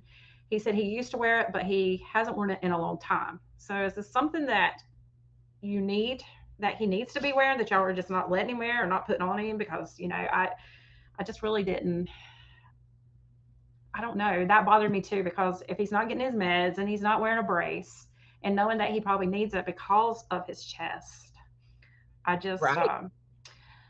I don't know, but that bothered me a bunch too. So here's more stuff to add to the list of why I'm not feeling like I can. Smiley trust him said, anymore. where is it then? Do cops have it? Have what, Smiley? Okay, so she said this is why pretty much I'm coming out, because all this stuff is just too weird. So she felt like she needed to go to the police, it sounds like, turn this in, and now she's talking. Let's see what she's asking. Probably the brace. Oh, the brace. Yeah, you're supposed to wear it 24/7, she said. Okay, well, in that one picture that he's sitting in the car, he's got it on. But we've all seen, it hasn't been recent pictures of him. It looks like a younger Sebastian. Right. So I don't know if maybe, he outgrew that one. I don't know. There's a Right. possibility, but it looks like they would, every time you grow, that they would give you a different one. I would think so, And yeah. it was weird that I also started getting Right. I mean, they are for cosmetic, and if you don't want to wear it, that's too bad. Like my daughter didn't want to get braces either, but she did. You know what I mean? And she's happy now as an adult that she had those braces. It's not going to end your life, but I mean, you want the best for your kids. You don't want a deformity if you can prevent it. If you're a good parent, right? If you can prevent your child from having a permanent deformity, wouldn't you do it? Good evening, Patrick. Facebook messages from a guy, and I'm not going to mention the name. Yeah, just in case he's crazy. legit. Yeah. But it bothers me because he's always online at the same time that Chris is, and he knows a lot of information. And so she's not naming this person. She says she doesn't want to name them, but they're online the same time as Chris, just in case he's legit. Who would she be talking about that may not be legit? Let's listen again. I would think so, and yeah. It was weird that I also started getting Facebook messages from a guy, and I'm not going to mention the name. I started getting Facebook messages from a guy.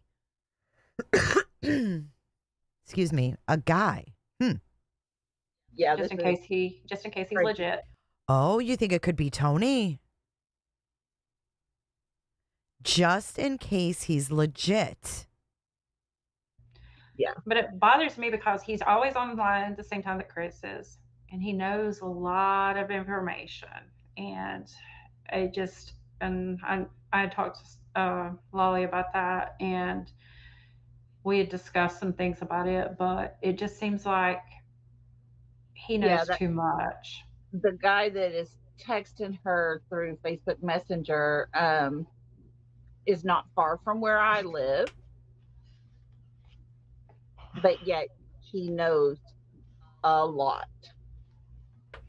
And there's a lot of things that she and I both are checking on right now. Oh. And making some calls on it because this guy's told her a bunch of stuff. So we're not going to mention it all just right now because we really don't have any answers from anybody yet, but we can always bring it up here once we Sure, Pamela. give it some Thank you. time to find the answers. And we're not trying to be rude. It's just trying to protect these places that we're checking out, basically. Okay, And are you there? Yeah. yeah, I don't know if y'all know, but there is a Facebook group called Chris Proudfoot is innocent. What? And I thought it was really weird because Wait, what? the first post on it said, about that time, you know, a real man can't miss his lunch, and he's got a big plate of food sitting out there. And I said, oh my gosh. Wait, there's a Facebook group called Chris Proudfoot is innocent? I don't know if y'all know, but there is a Facebook group called Chris Proudfoot is innocent. And I thought it was really weird because the first post on it said, about that time, you know, a real man can't miss his lunch, and he's got a big plate of food sitting out there. And I said, oh my gosh. So I asked him if it was him. I said, did you create this group? He said, no. And he said he don't mind being a guest on anybody's shows, but Katie, on the other hand, will be difficult because he's at work and she won't do shows without him. Okay. Rory, I don't know what you're talking about with drugs. I don't know who you're thinking is on drugs and would have a drug debt.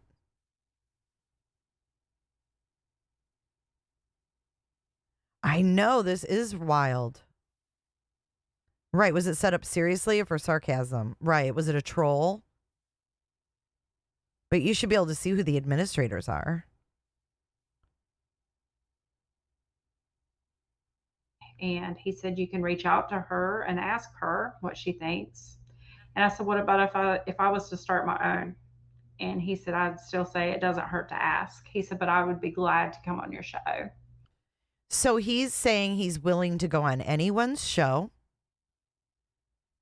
but Katie is not.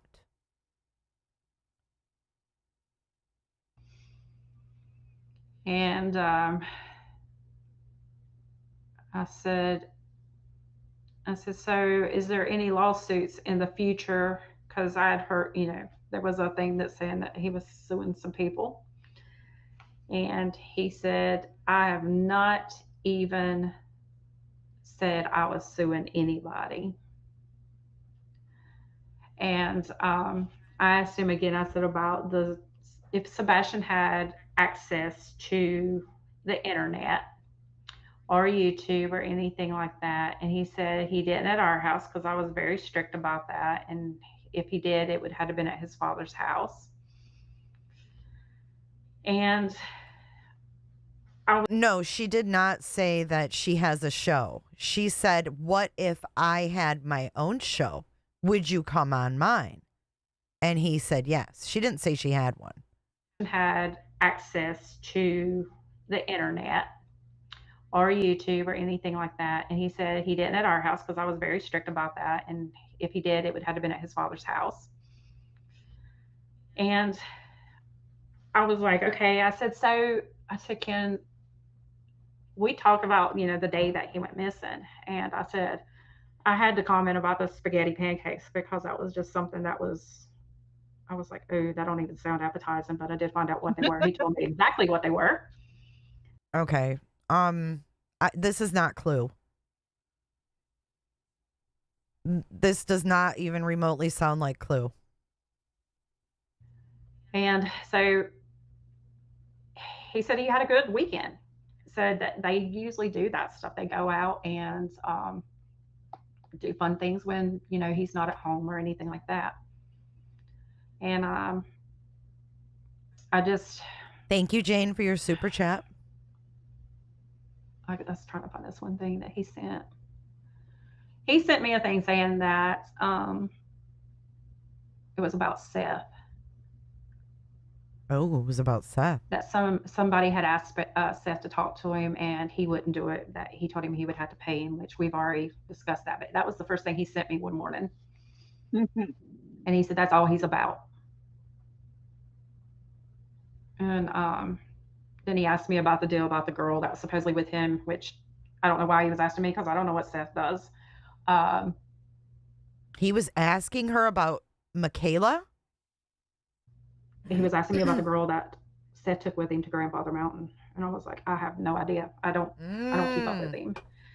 And he said that he wanted to know if Seth took Michaela to Grandfather Mountain. Did you hear that?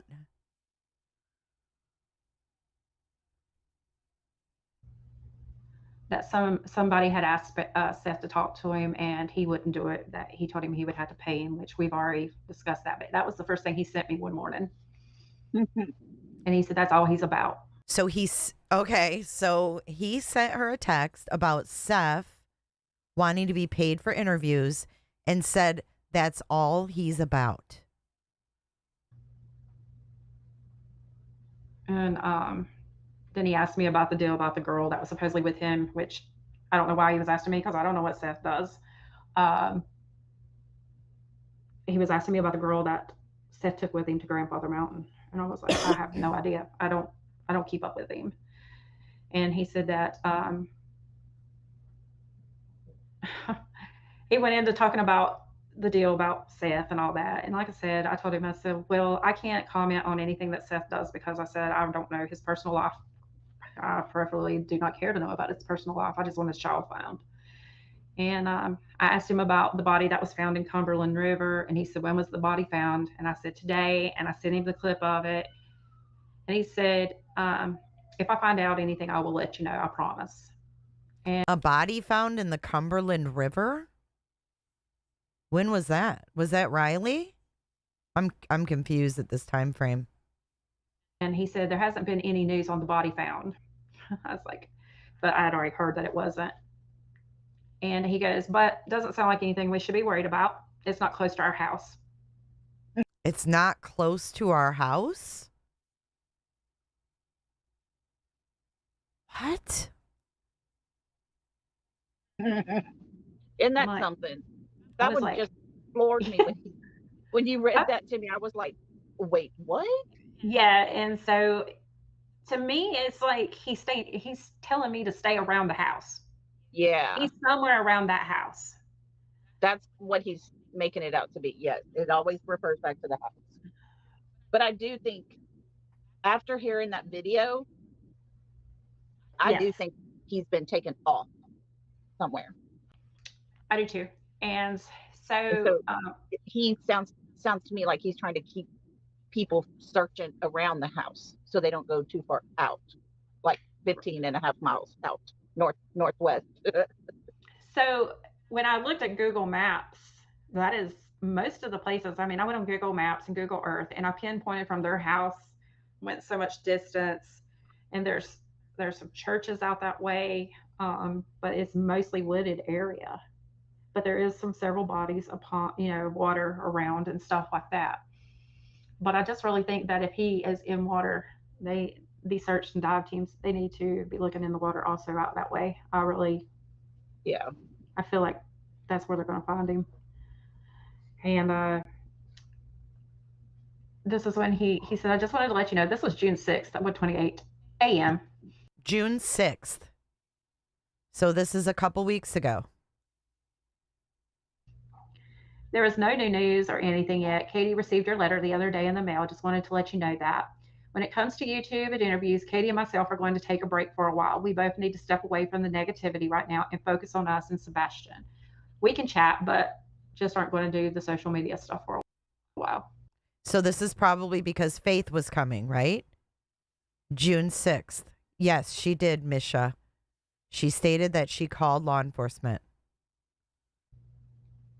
And then it's been very short, sweet, and just, no news, no problem. Ellie hasn't really told us much.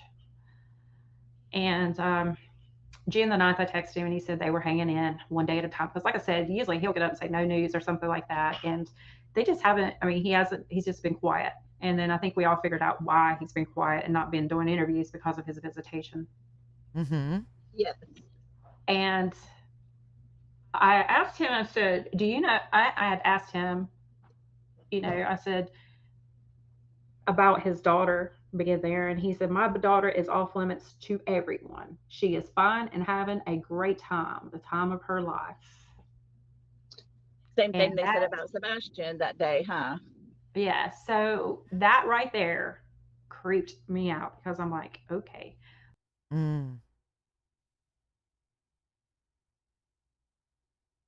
That's why they went dark. Yes. And I asked him, I said, do you know, I had asked him, I said about his daughter being there. And he said, my daughter is off limits to everyone. She is fine and having a great time, the time of her life. Same thing they said about Sebastian that day, huh? Yeah. So that right there creeped me out because I'm like, okay. But I don't think anything would be bad. I've not heard from him since. That was the last text message that I got from him, and I have not had any phone calls. But my thing is that now I'm seeing true colors, and especially after hearing the message of the conversation, it has really sit there with Justin going backwards and forth, putting on headphones, holding them tight, putting in different earbuds, stuff, earbuds and stuff, and just trying to listen to it. And when the lady actually posted, I was like, oh my God, I've got to hear this, And I was sitting there looking at every which way possible with the car lights, with the backlights coming on and stuff like that. And I'm beginning to wonder if it was his truck. And that was his tailgate that we were hearing in that. Yes, it definitely sounded like a tailgate being shut. I don't know what they're talking about with the tailgate. Do you guys know what this is about? Thank you, Heidi, for becoming a member. Oh, you renewed. Thank you for renewing. I really feel like Sebastian's not with us no longer. Yeah. So, and I think no, he didn't say that he whipped Faith with a belt. He did not say that. He said she still gets the hand because she's not old enough for the belt, is what he said. There is no audio on that video. That's what's weird to me. Why are they still talking like that audio is real? There's no audio.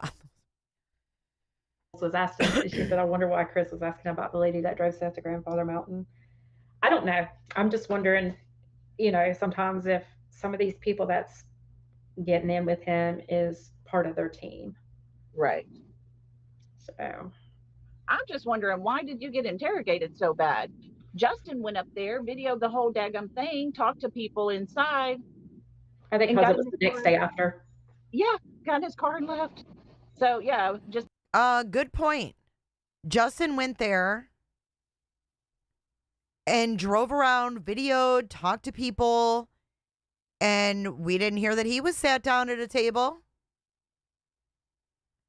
Well, Faith wasn't used to him being there when she visited anyway. The last time she was there, he wasn't there, right? Oh, I agree. I don't think he should be putting his hands on anybody. Being the next day after, I guess, but oh my gosh. Yeah, Kathy. How is it possible that a judge okayed him visitation for the whole summer when they lost a child? Like lost.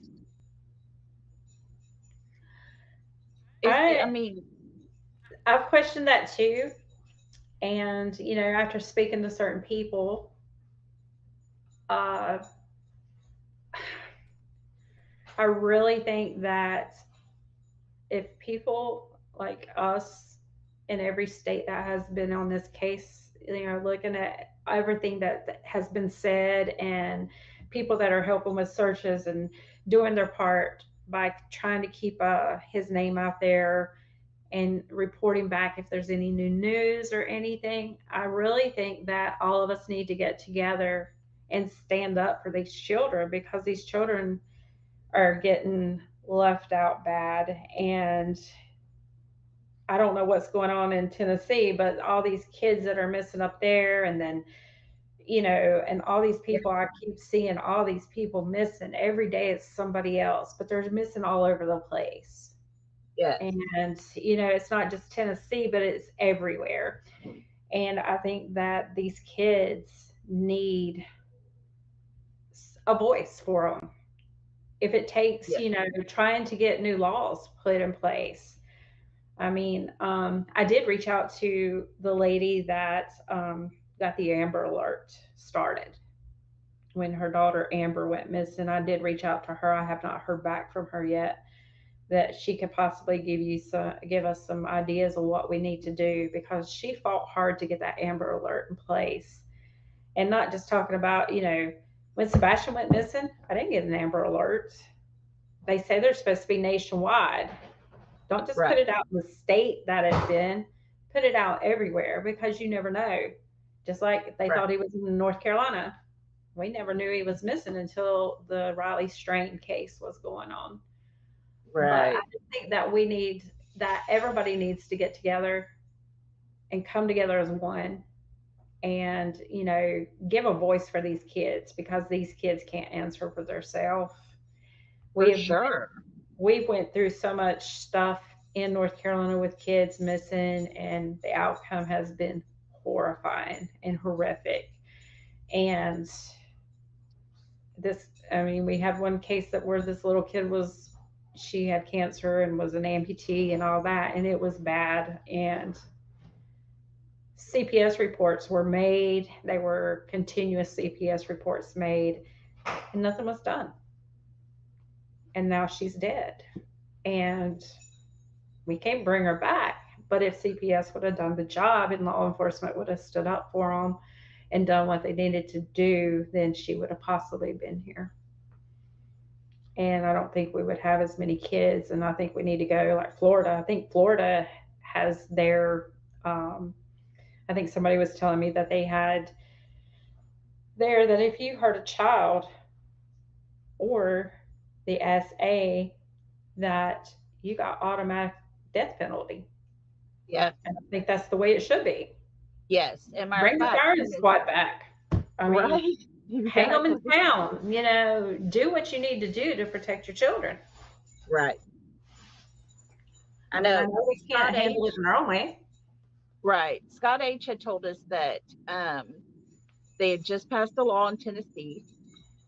If you harm or anything to a child from 12 and under, it is an automatic death penalty. I think that's the way it should be, but it should be everywhere. But the age, I don't know. I mean, they're not considered an adult until they're 18. Right. I think it should be because a 16-year-old. Look at Sebastian; he couldn't go out and get a job and support himself. Right.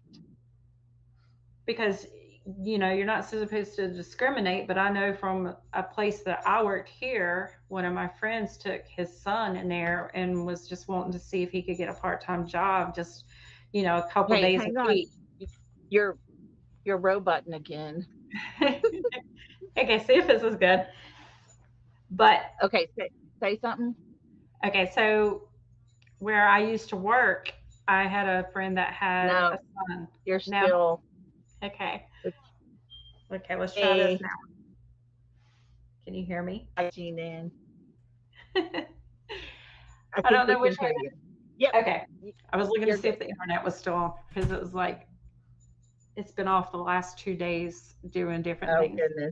Goodness. So where I used to work, I had one of my guy's friends that I know really well. He had a son that was handicapped. Okay. I don't know where this goes from here.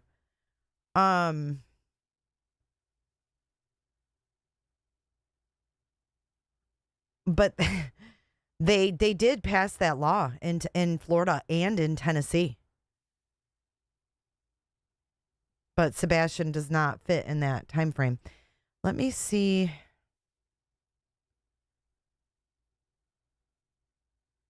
Yeah, she's still talking about it. Hold on. She goes back to this northwest thing. Let's keep listening. We've been here for 3 years. Yeah. Hey, Ken. Thanks for being here. Everybody that's come in while she was talking, thank y'all for being here and listening. Bye, She Deb. was sharing text messages between her and Chris Proudfoot. But anyway, I mean, I'm just going to keep digging, and hopefully he will keep talking to me. But if anybody gets a chance to Well, he's go not gonna now. and search, please search northwest. Yes. Wait a minute. And I'm not trying to be smart. Okay, this is what makes me wonder about this now.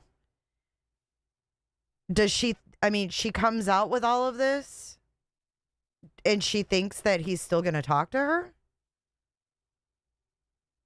I know, 12. Why is the cutoff 12? I don't know. But do you really think that he's going to continue talking to her after that? That's a little bit weird, right?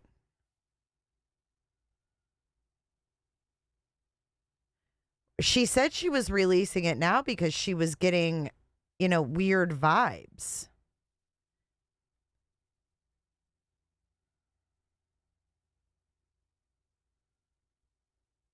She said she was getting weird vibes. And I am deleting that video that I put out members only because Nexstar owns that. So I just deleted it. It was out there. You can go watch it on YouTube yourself. The interview with Seth and Tony is out on YouTube. Or you can go over and watch Granny. She went live this morning and went over it. Yeah, I don't know, but she seems to think he's still gonna talk to her, which I don't think he will. About that or make fun or anything, but I just think it needs to be searched now. It really does. Really do. And like I said, if you look at it and you pinpoint from their house to that outside region, you will see that I think it's really a lot of woods. It would be a lot to cover, and just don't go by yourself. Go in teams, because it looks like it would be a lot of just, I don't know. And I don't want to be by myself if I was to roll up on something, but stay in teams if you go. But I'm glad I got to talk and get this off my chest because it has been bothering me so bad. Well, thank you for sharing all of that. We really appreciate it. You want to tell them what TBI said when you called them? Okay, so she's obviously been bothered by this for a while. And I mean, do you guys believe this woman? After listening to this, do you believe her account of what she's been told? Put a 1 if you believe her, put a 2 if you don't. 1 if you believe her, 2 if you don't. I know, the fake audio. 1 if you believe her, 2 if you don't. Cricket. Cricket doesn't believe her. Cricket, you look good in green. 1, you believe her, 2, you don't. 3 is you believe some of it. Do y'all think that she's being played? Suze says she was reading it verbatim. Yeah, now I'm seeing the 3s. Some of it's to be believed. Interesting. All right, let's hear about what TBI said when she called TBI. So this is confirmation. She did not reach out to Hendersonville. She did not reach out to Sumner County. She reached out to TBI. I can't even remember what all I told you, to be honest, but you can, if you want to go ahead and tell, that it would be past time, but you can go ahead. I can't remember the whole thing. Yeah, they're basically not the lead investigator, so they had to pass it on to the local PD. What? TBI is not the lead investigator, so they had to pass it on to local PD. That doesn't even make sense. What? She called into Dolly's. Okay, so maybe that's where y'all heard her. Was on Dolly's. Does that ring a bell for you folks that thought that you heard her before? Jane, welcome to the Clicker group. Yeah, man, I'll tell you what, that dang old internet, man, click, click, click, click, click, click, click, click. It's real easy, man. Thank you for joining, Jane. The local PD, Hendersonville, is not handling it. The TBI has taken the tips.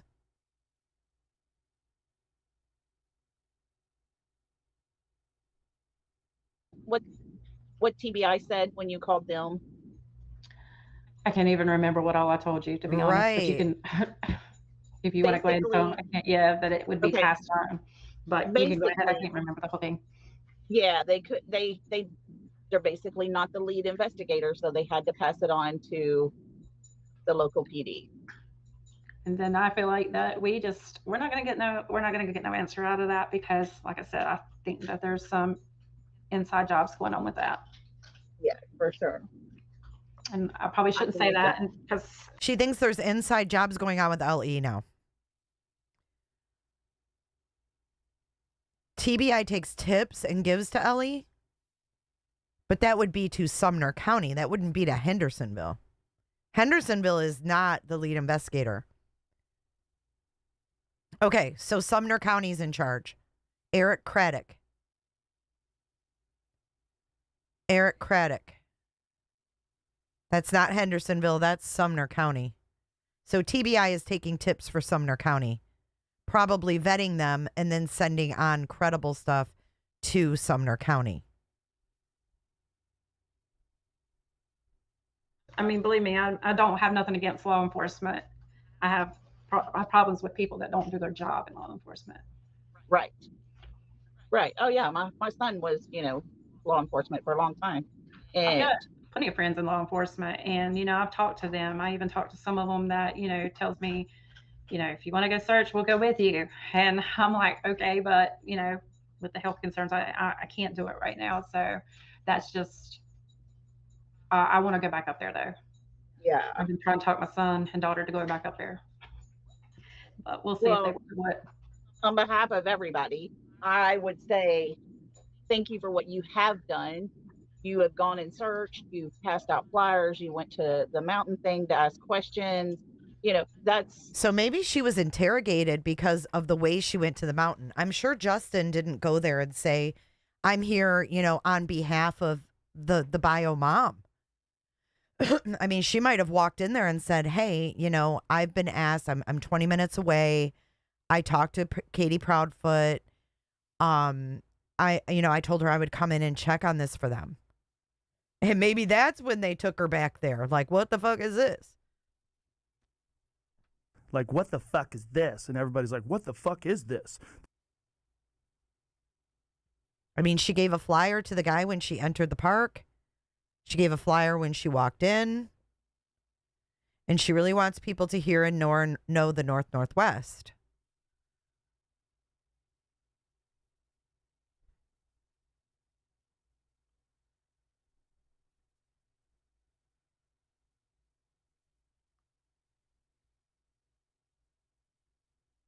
Thanks, Suze. Jane, I'm so glad you came over from Granny's. Love Granny. Isn't it interesting that they were at the rest area though? Yeah.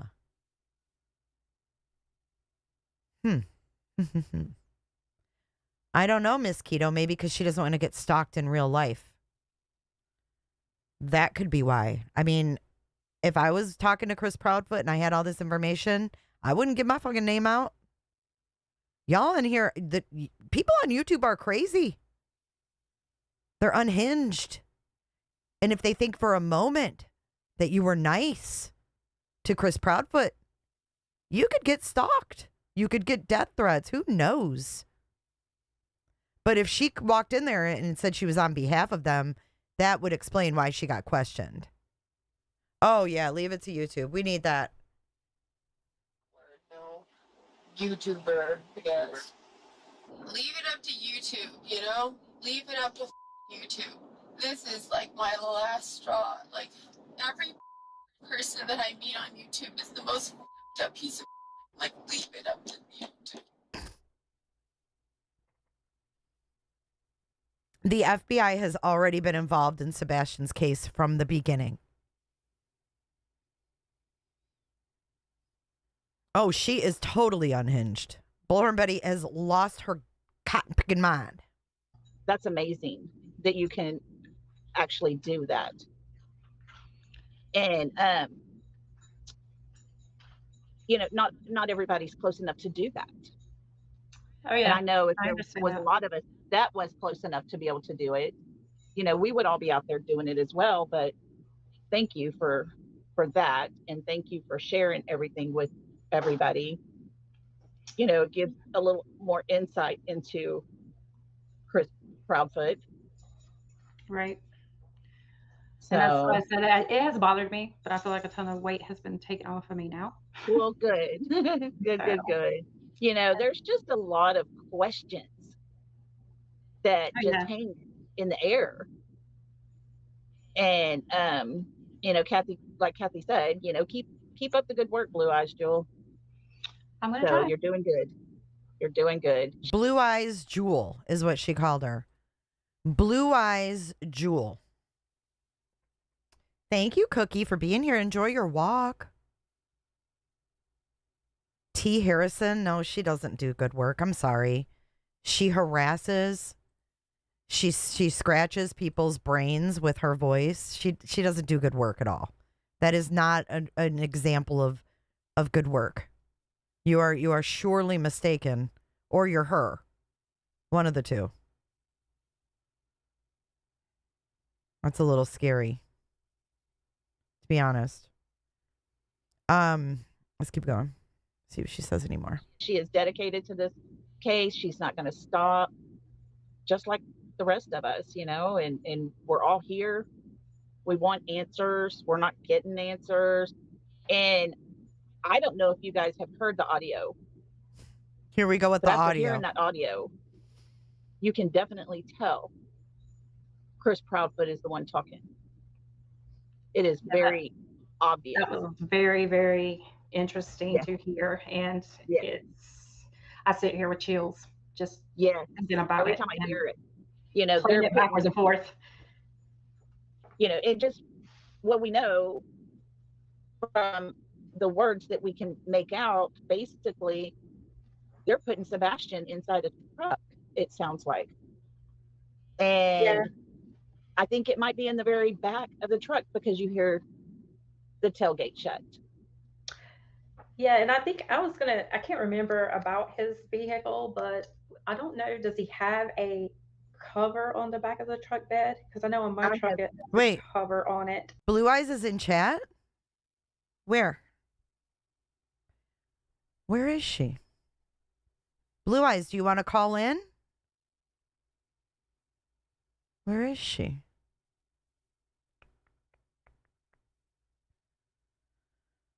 I'm trying to find her message. It's on slow mode, so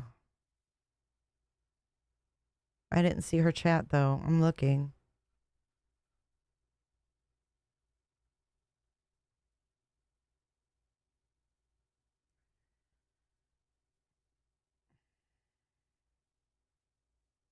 Blueyz, if you want to call in, let me open it up. Let me know if you want to call in first. Oh, you're not at a place you can chat. Can you email me, Blueyz Jewel? Because I believe you. I don't think you're lying about this. And I would love to speak with you or maybe have you come up if you'd be willing to. Yeah, shoot me an email or a text on this hotline and maybe we can set something up. She said she can't talk right now. Oops. I just pinned the email. Thank you so much for coming in. Super interesting what you shared.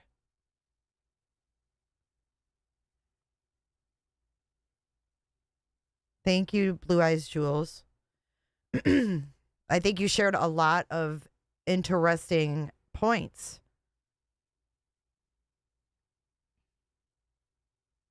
And I don't think you're lying.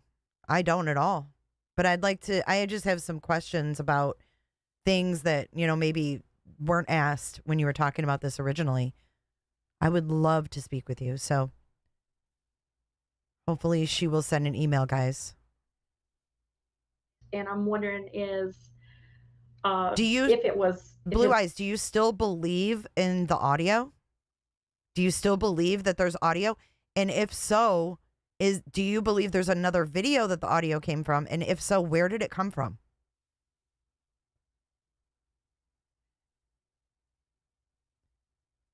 Where did that audio come from? Does anybody know the actual source besides a Canadian psychic? Who would send it to her? You know what I mean? We have no source for that audio, which is really weird. Because you can usually link it back to a source. Yeah, we put the email in chat. And I mean, hell, if Chris wants to come on too, that'd be great. But I have some questions just about things you were told.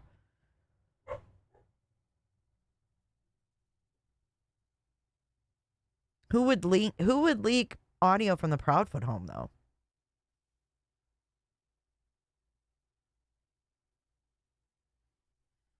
This is covered.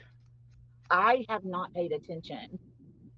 Hey, Brat. But I think that that's what they were doing, and I honestly think they were 4 people all together there. Yes. One maybe driving the truck, putting it Yes. where we seen, and then the 3 carrying. And I think Katie was flipping. So, but oh yeah.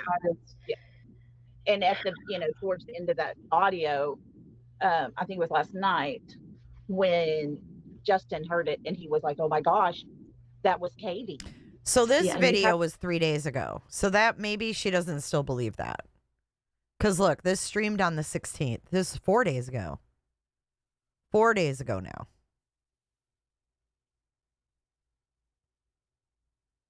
I know that MMO put it out, and another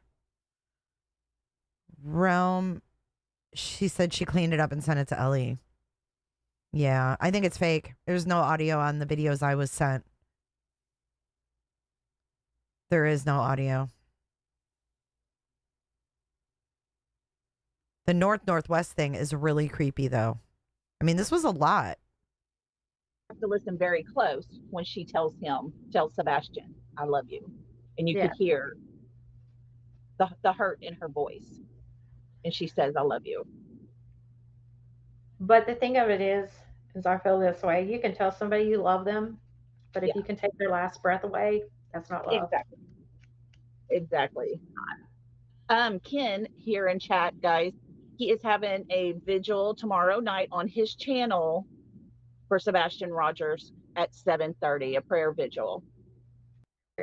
They do for case. Yeah, no, But not at all. for summer, all these kids need to be brought home.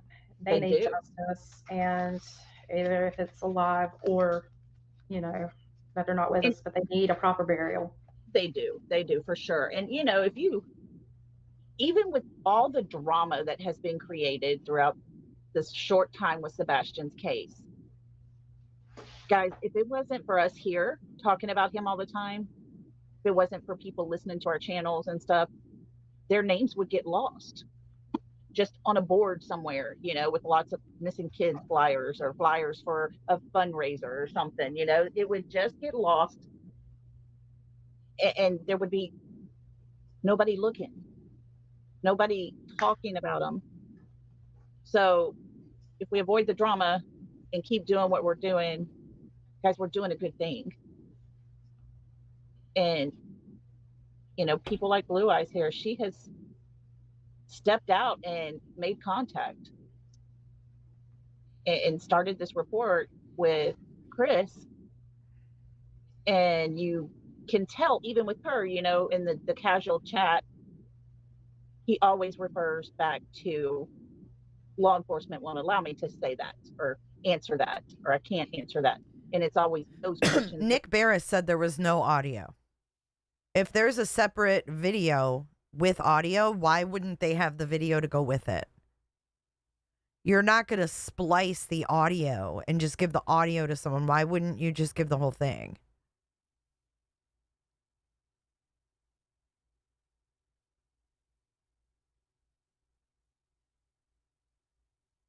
She did 37 edits, and she said she turned background noise up 100%. You're not going to hear shit if you do that. It's so fake. A person named Mary, Senator.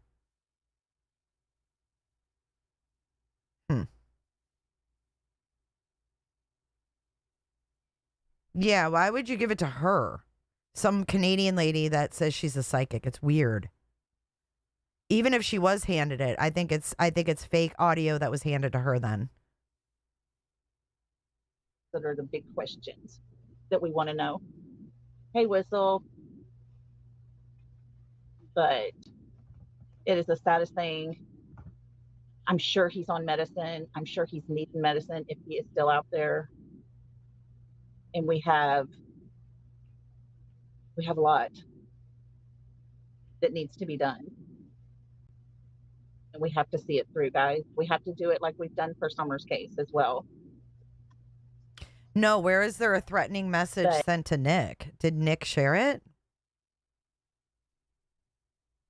I do want to thank you so much for coming out and being brave and telling your story. Very brave, Blue Eyes. Very brave.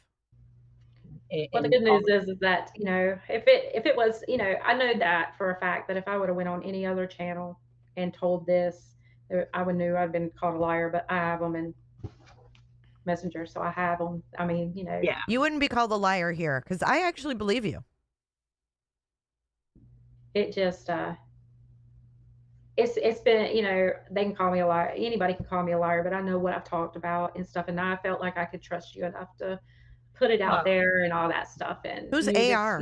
All your chats, everybody's so nice in here, and you know, I have been on another channel, you know, on a TikTok thing with my daughter, and they were, oh my gosh, I was accused of being with Chris. I was going to be his number 6, and I'm like, no.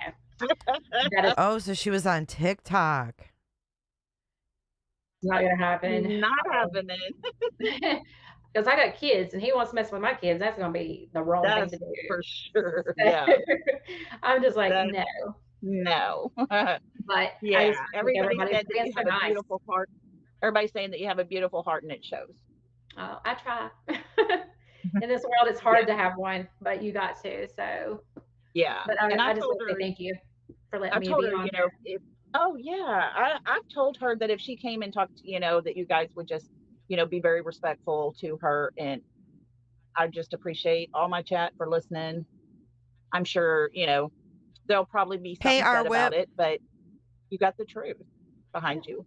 I do, and you know, just don't worry. You I'm know, not worried about it. I just want to find Sebastian. Yeah, it's all about Sebastian. Yeah, totally. And everything you talked to him about was about Sebastian. So. Oh yeah, definitely. And it's like I told him, I know I drive my kids nuts with this, but it's everything. I think I talk about it all the time. We get in the car, me and my mom goes to go somewhere, and we got, you know, it's all about Sebastian. It's all about Sebastian. We're listening to things about it and stuff. And right. I think I drive her nuts with it too, but she's just like I am. She, you know, she went up there. She's talked to Chris.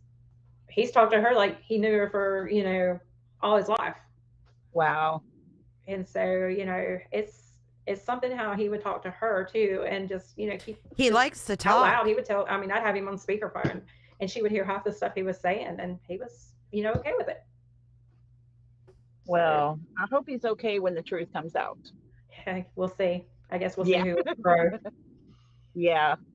But thank you guys for being so kind and hearing me out, and you know, I hope that we can bring Sebastian home soon, and Summer, and the list goes on. So yes. Well, we do appreciate you so much. Prayers to you that you stay strong. And you know, guys, I've even told her if she starts feeling overwhelmed with this case, just back away for a day or two, regroup, because we all know it can get to you really quick. But yeah, I mean, I want to know what creeped her out. And curvy Barbie, you can stuff it. Who cares what we believe? Why do you care what other people believe or not believe? You're just one of those that has to come in and talk down to people like a bitch. Don't come in here and make people feel stupid for what they believe and don't believe. Get a grip. I believe she talked to him, but just hope he didn't give her false info. Well, he may have. False info is better than no info. At least there's, something there. Them talking can maybe lead to something. Who knows? I know. I hate people like that too. Like, oh my God, you guys believe this? And then they sit there, cross their fingers, and hope they're right. It's like, shut up. We can believe whatever we want to believe. Chris thinks he's a player. He loves talking to the ladies. He loves talking to ladies. You were on there with your daughter searching in Hendersonville. Got you. That's right. You said your daughter went with you. I would love to ask you some questions. I know I love, Blueyz, that you shared your story and that Lolly just let you share it. But now I have some questions to bounce off of the info that you shared. And I would love to do that.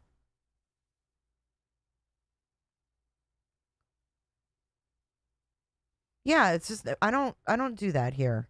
Everybody can believe what they want, and you're still going to be respected here. I'm not going to make you feel stupid, and no one's going to come scrolling through your curvy ass Barbie thinking she's hot shit, insecure AF, making people feel dumb about what they believe.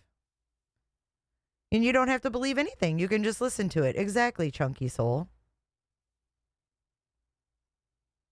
Yes, you should feel comfortable coming here and discussing something and not being told you're stupid, even because you consider it.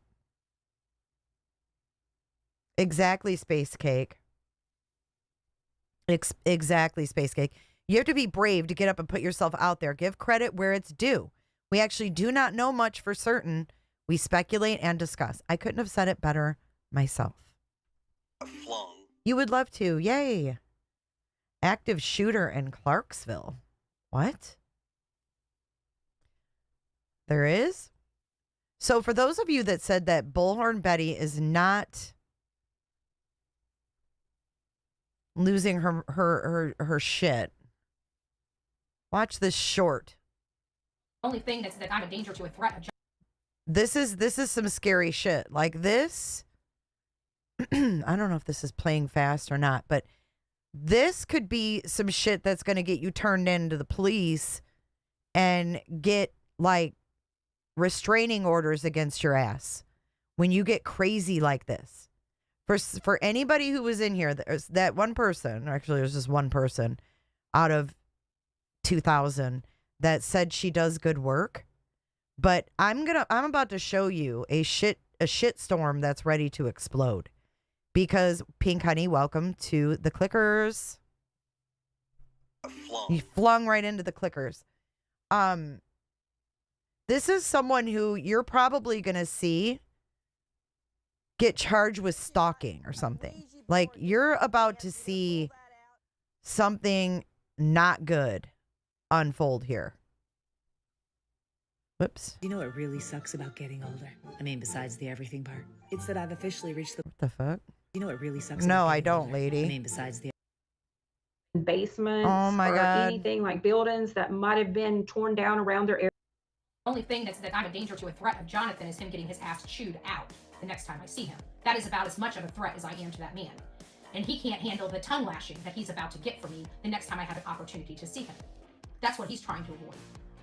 Well, it's not going to happen because I already have a shirt with his girlfriend on it that says homewrecker, that I plan on wearing out of every job that we are out together. Everybody will know. Yes, that is very vindictive.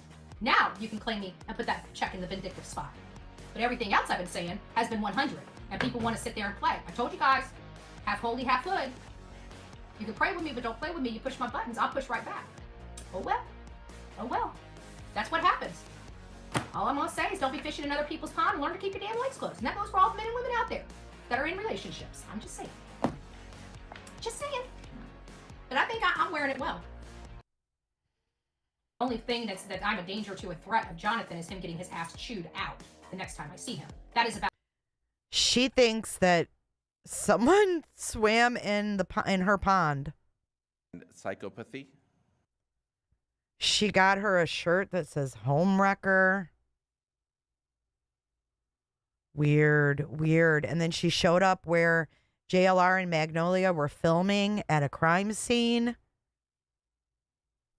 Got right in her car and drove up there. Fucking weird, man.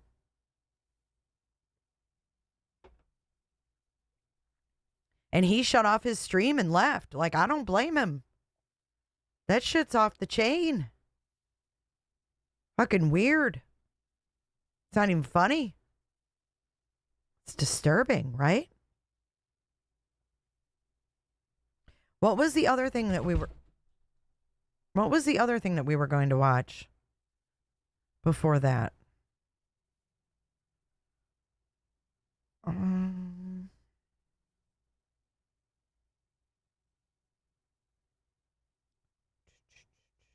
There was something else I was going to play, and I can't remember now. Oh, the Clarksville thing. Oh, it was domestic. That's what I was going to look up. That's right. So it was a domestic. Okay. I don't know, Savage Biatch. He never publicly claimed her. So I don't know what the hell she's on. I don't know what she's on. Definitely certifiable. You listen to anyone's discussing Sebastian. Yeah, there's some people I have to cut off that list. There's some people I have to cut off that list when I'm looking at stuff about Sebastian. Was there any news on the bone? Let's see. Let me do and see if there's any updates on any of these stories. Let's check Flowwood Pond. Flowwood Pond. Body found. Nothing since a month ago. That is freaking weird. That was on May 5th. They found that leg initially with the sock.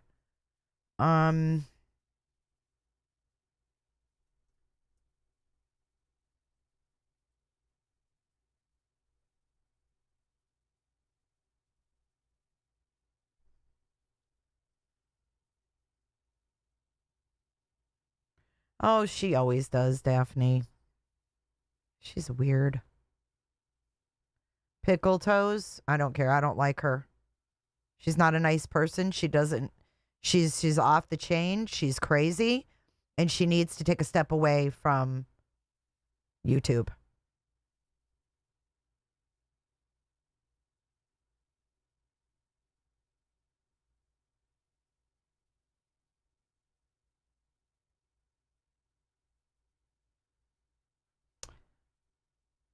Yeah, it's pathetic. It is. It is. But it's concerning. We see too many YouTubers fly off the hook, man. Have you seen Nick Rakita? Or Rakita, whatever, however you say it? Have you seen him?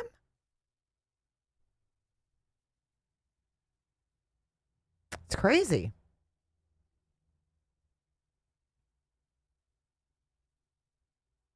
Yeah, it was the active shooter, but there was something else we were going to look at, I thought, and I can't remember now.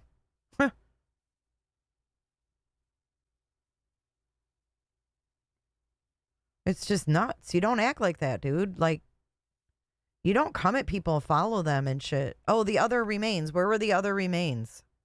The bone. I'm losing my mind. St. Jude. Let's see. They're just saying it's most likely from the 1800s. 2 hours ago. Fox 13 Memphis. Let's see what this one is. Okay, hold on. Let's watch this. This has a video with it. Let me turn that shit down a little bit.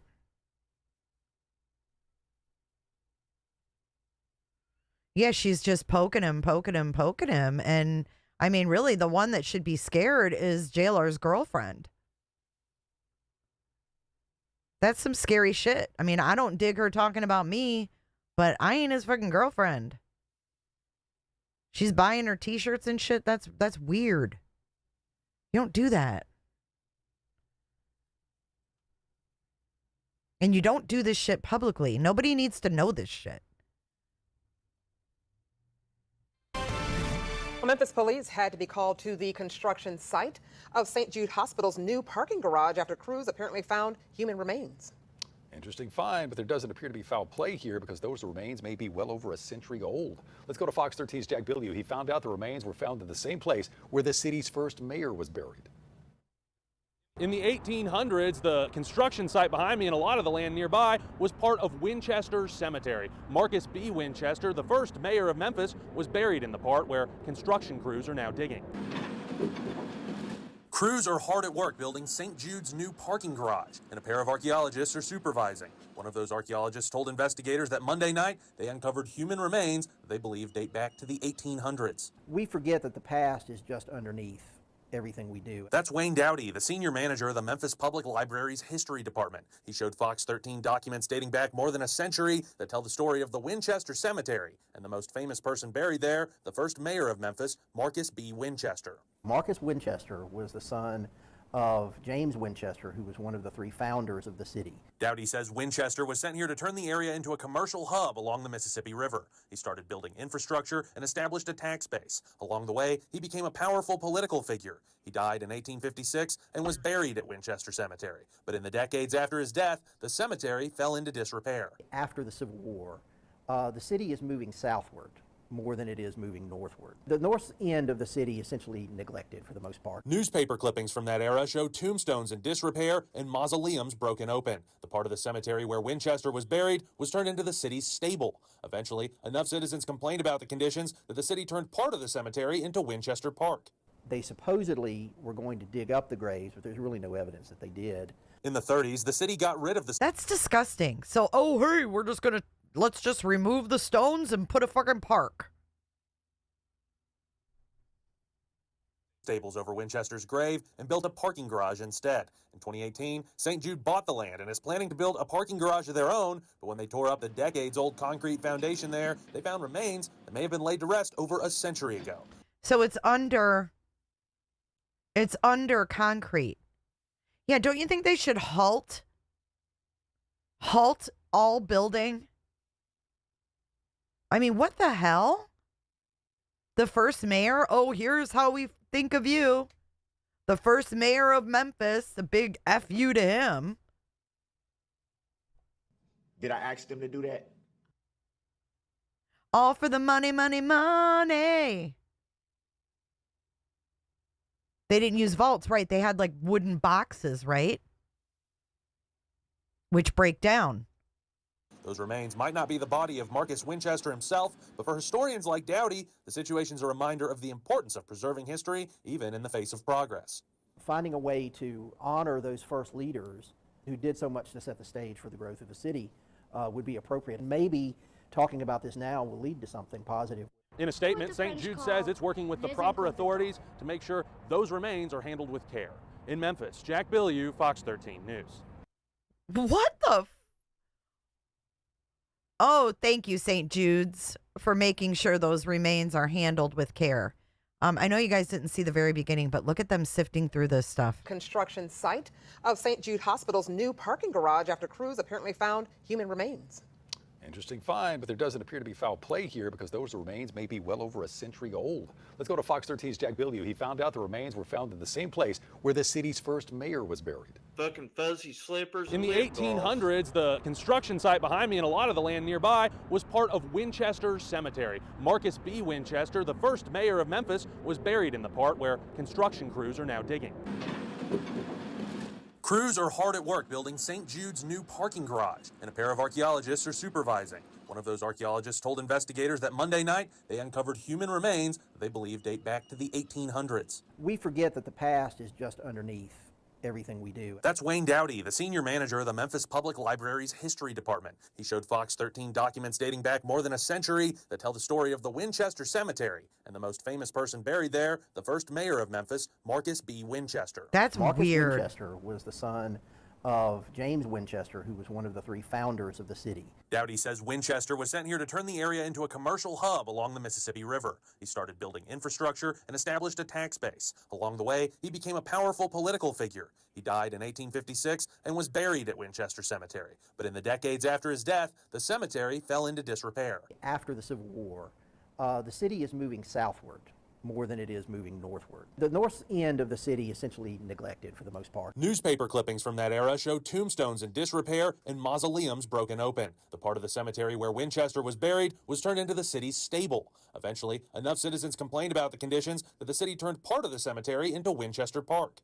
They supposedly were going to dig up the graves, but there's really no evidence that they did. They were there could be tons of bodies in there.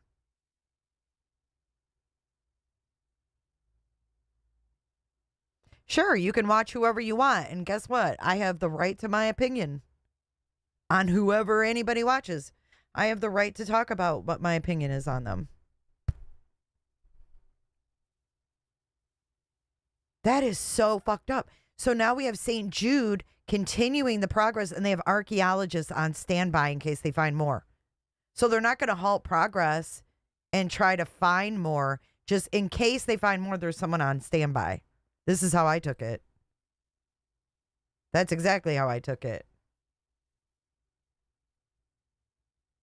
Department. He showed Fox 13 documents dating back more than a century that tell the story of the Winchester Cemetery and the most famous person buried there, the first mayor of Memphis, Marcus B. Winchester. Marcus Winchester was the son of James Winchester, who was one of the 3 founders of the city. Dowdy says Winchester was sent here to turn the area into a commercial hub along the Mississippi River. He started building infrastructure and established a tax base. Along the way, he became a powerful political figure. He died in 1856 and was buried at Winchester Cemetery. But in the decades after his death, the cemetery fell into disrepair. After the Civil War, the city is moving southward more than it is moving northward. The north end of the city essentially neglected for the most part. Newspaper clippings from that era show tombstones in disrepair and mausoleums broken open. The part of the cemetery where Winchester was buried was turned into the city's stable. Eventually, enough citizens complained about the conditions that the city turned part of the cemetery into Winchester Park.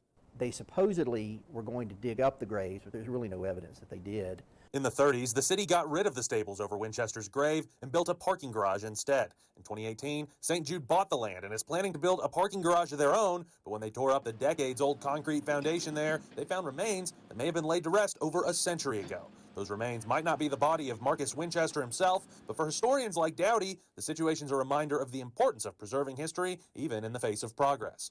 Finding a way to honor those first leaders who did so much to set the stage for the growth of the city would be appropriate. Maybe talking about this now will lead to something positive. In a statement, St. Jude says it's working with the proper authorities to make sure those remains are handled with care.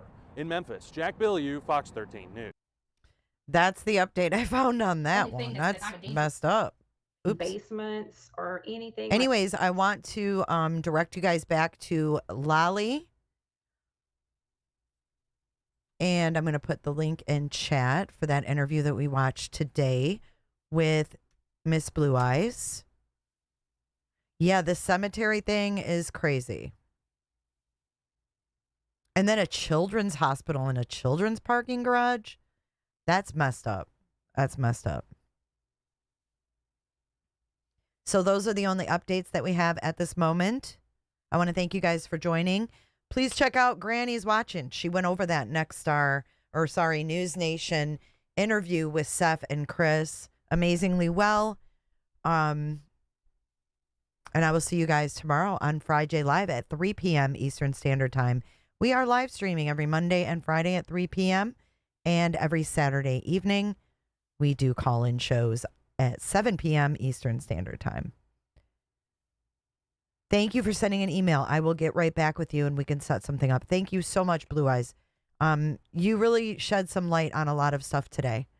So I appreciate that. And Lolly, thank you for allowing her to have a voice and feel comfortable coming out with this information. So we are out of here. We are going to run our credits, dance this mofo out. Justice for Sebastian. I don't know if that's even proper at this point. I don't even know what's proper, but we need to find Sebastian and he deserves a lot better than what he's gotten. That's for sure.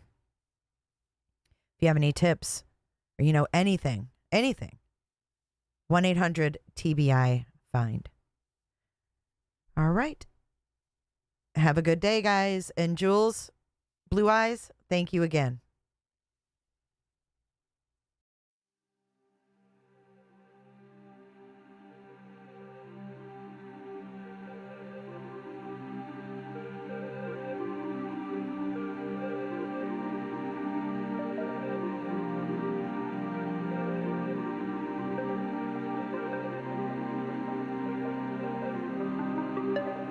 so much for watching. If you enjoyed this live stream or video, make sure to give it a thumbs up and hit that subscribe button so you don't miss out on my latest content.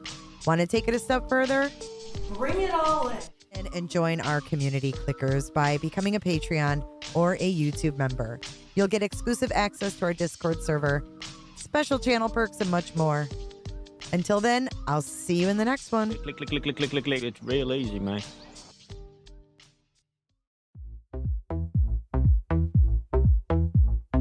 I don't give a damn. I don't really care about you and your problems. I don't give a damn.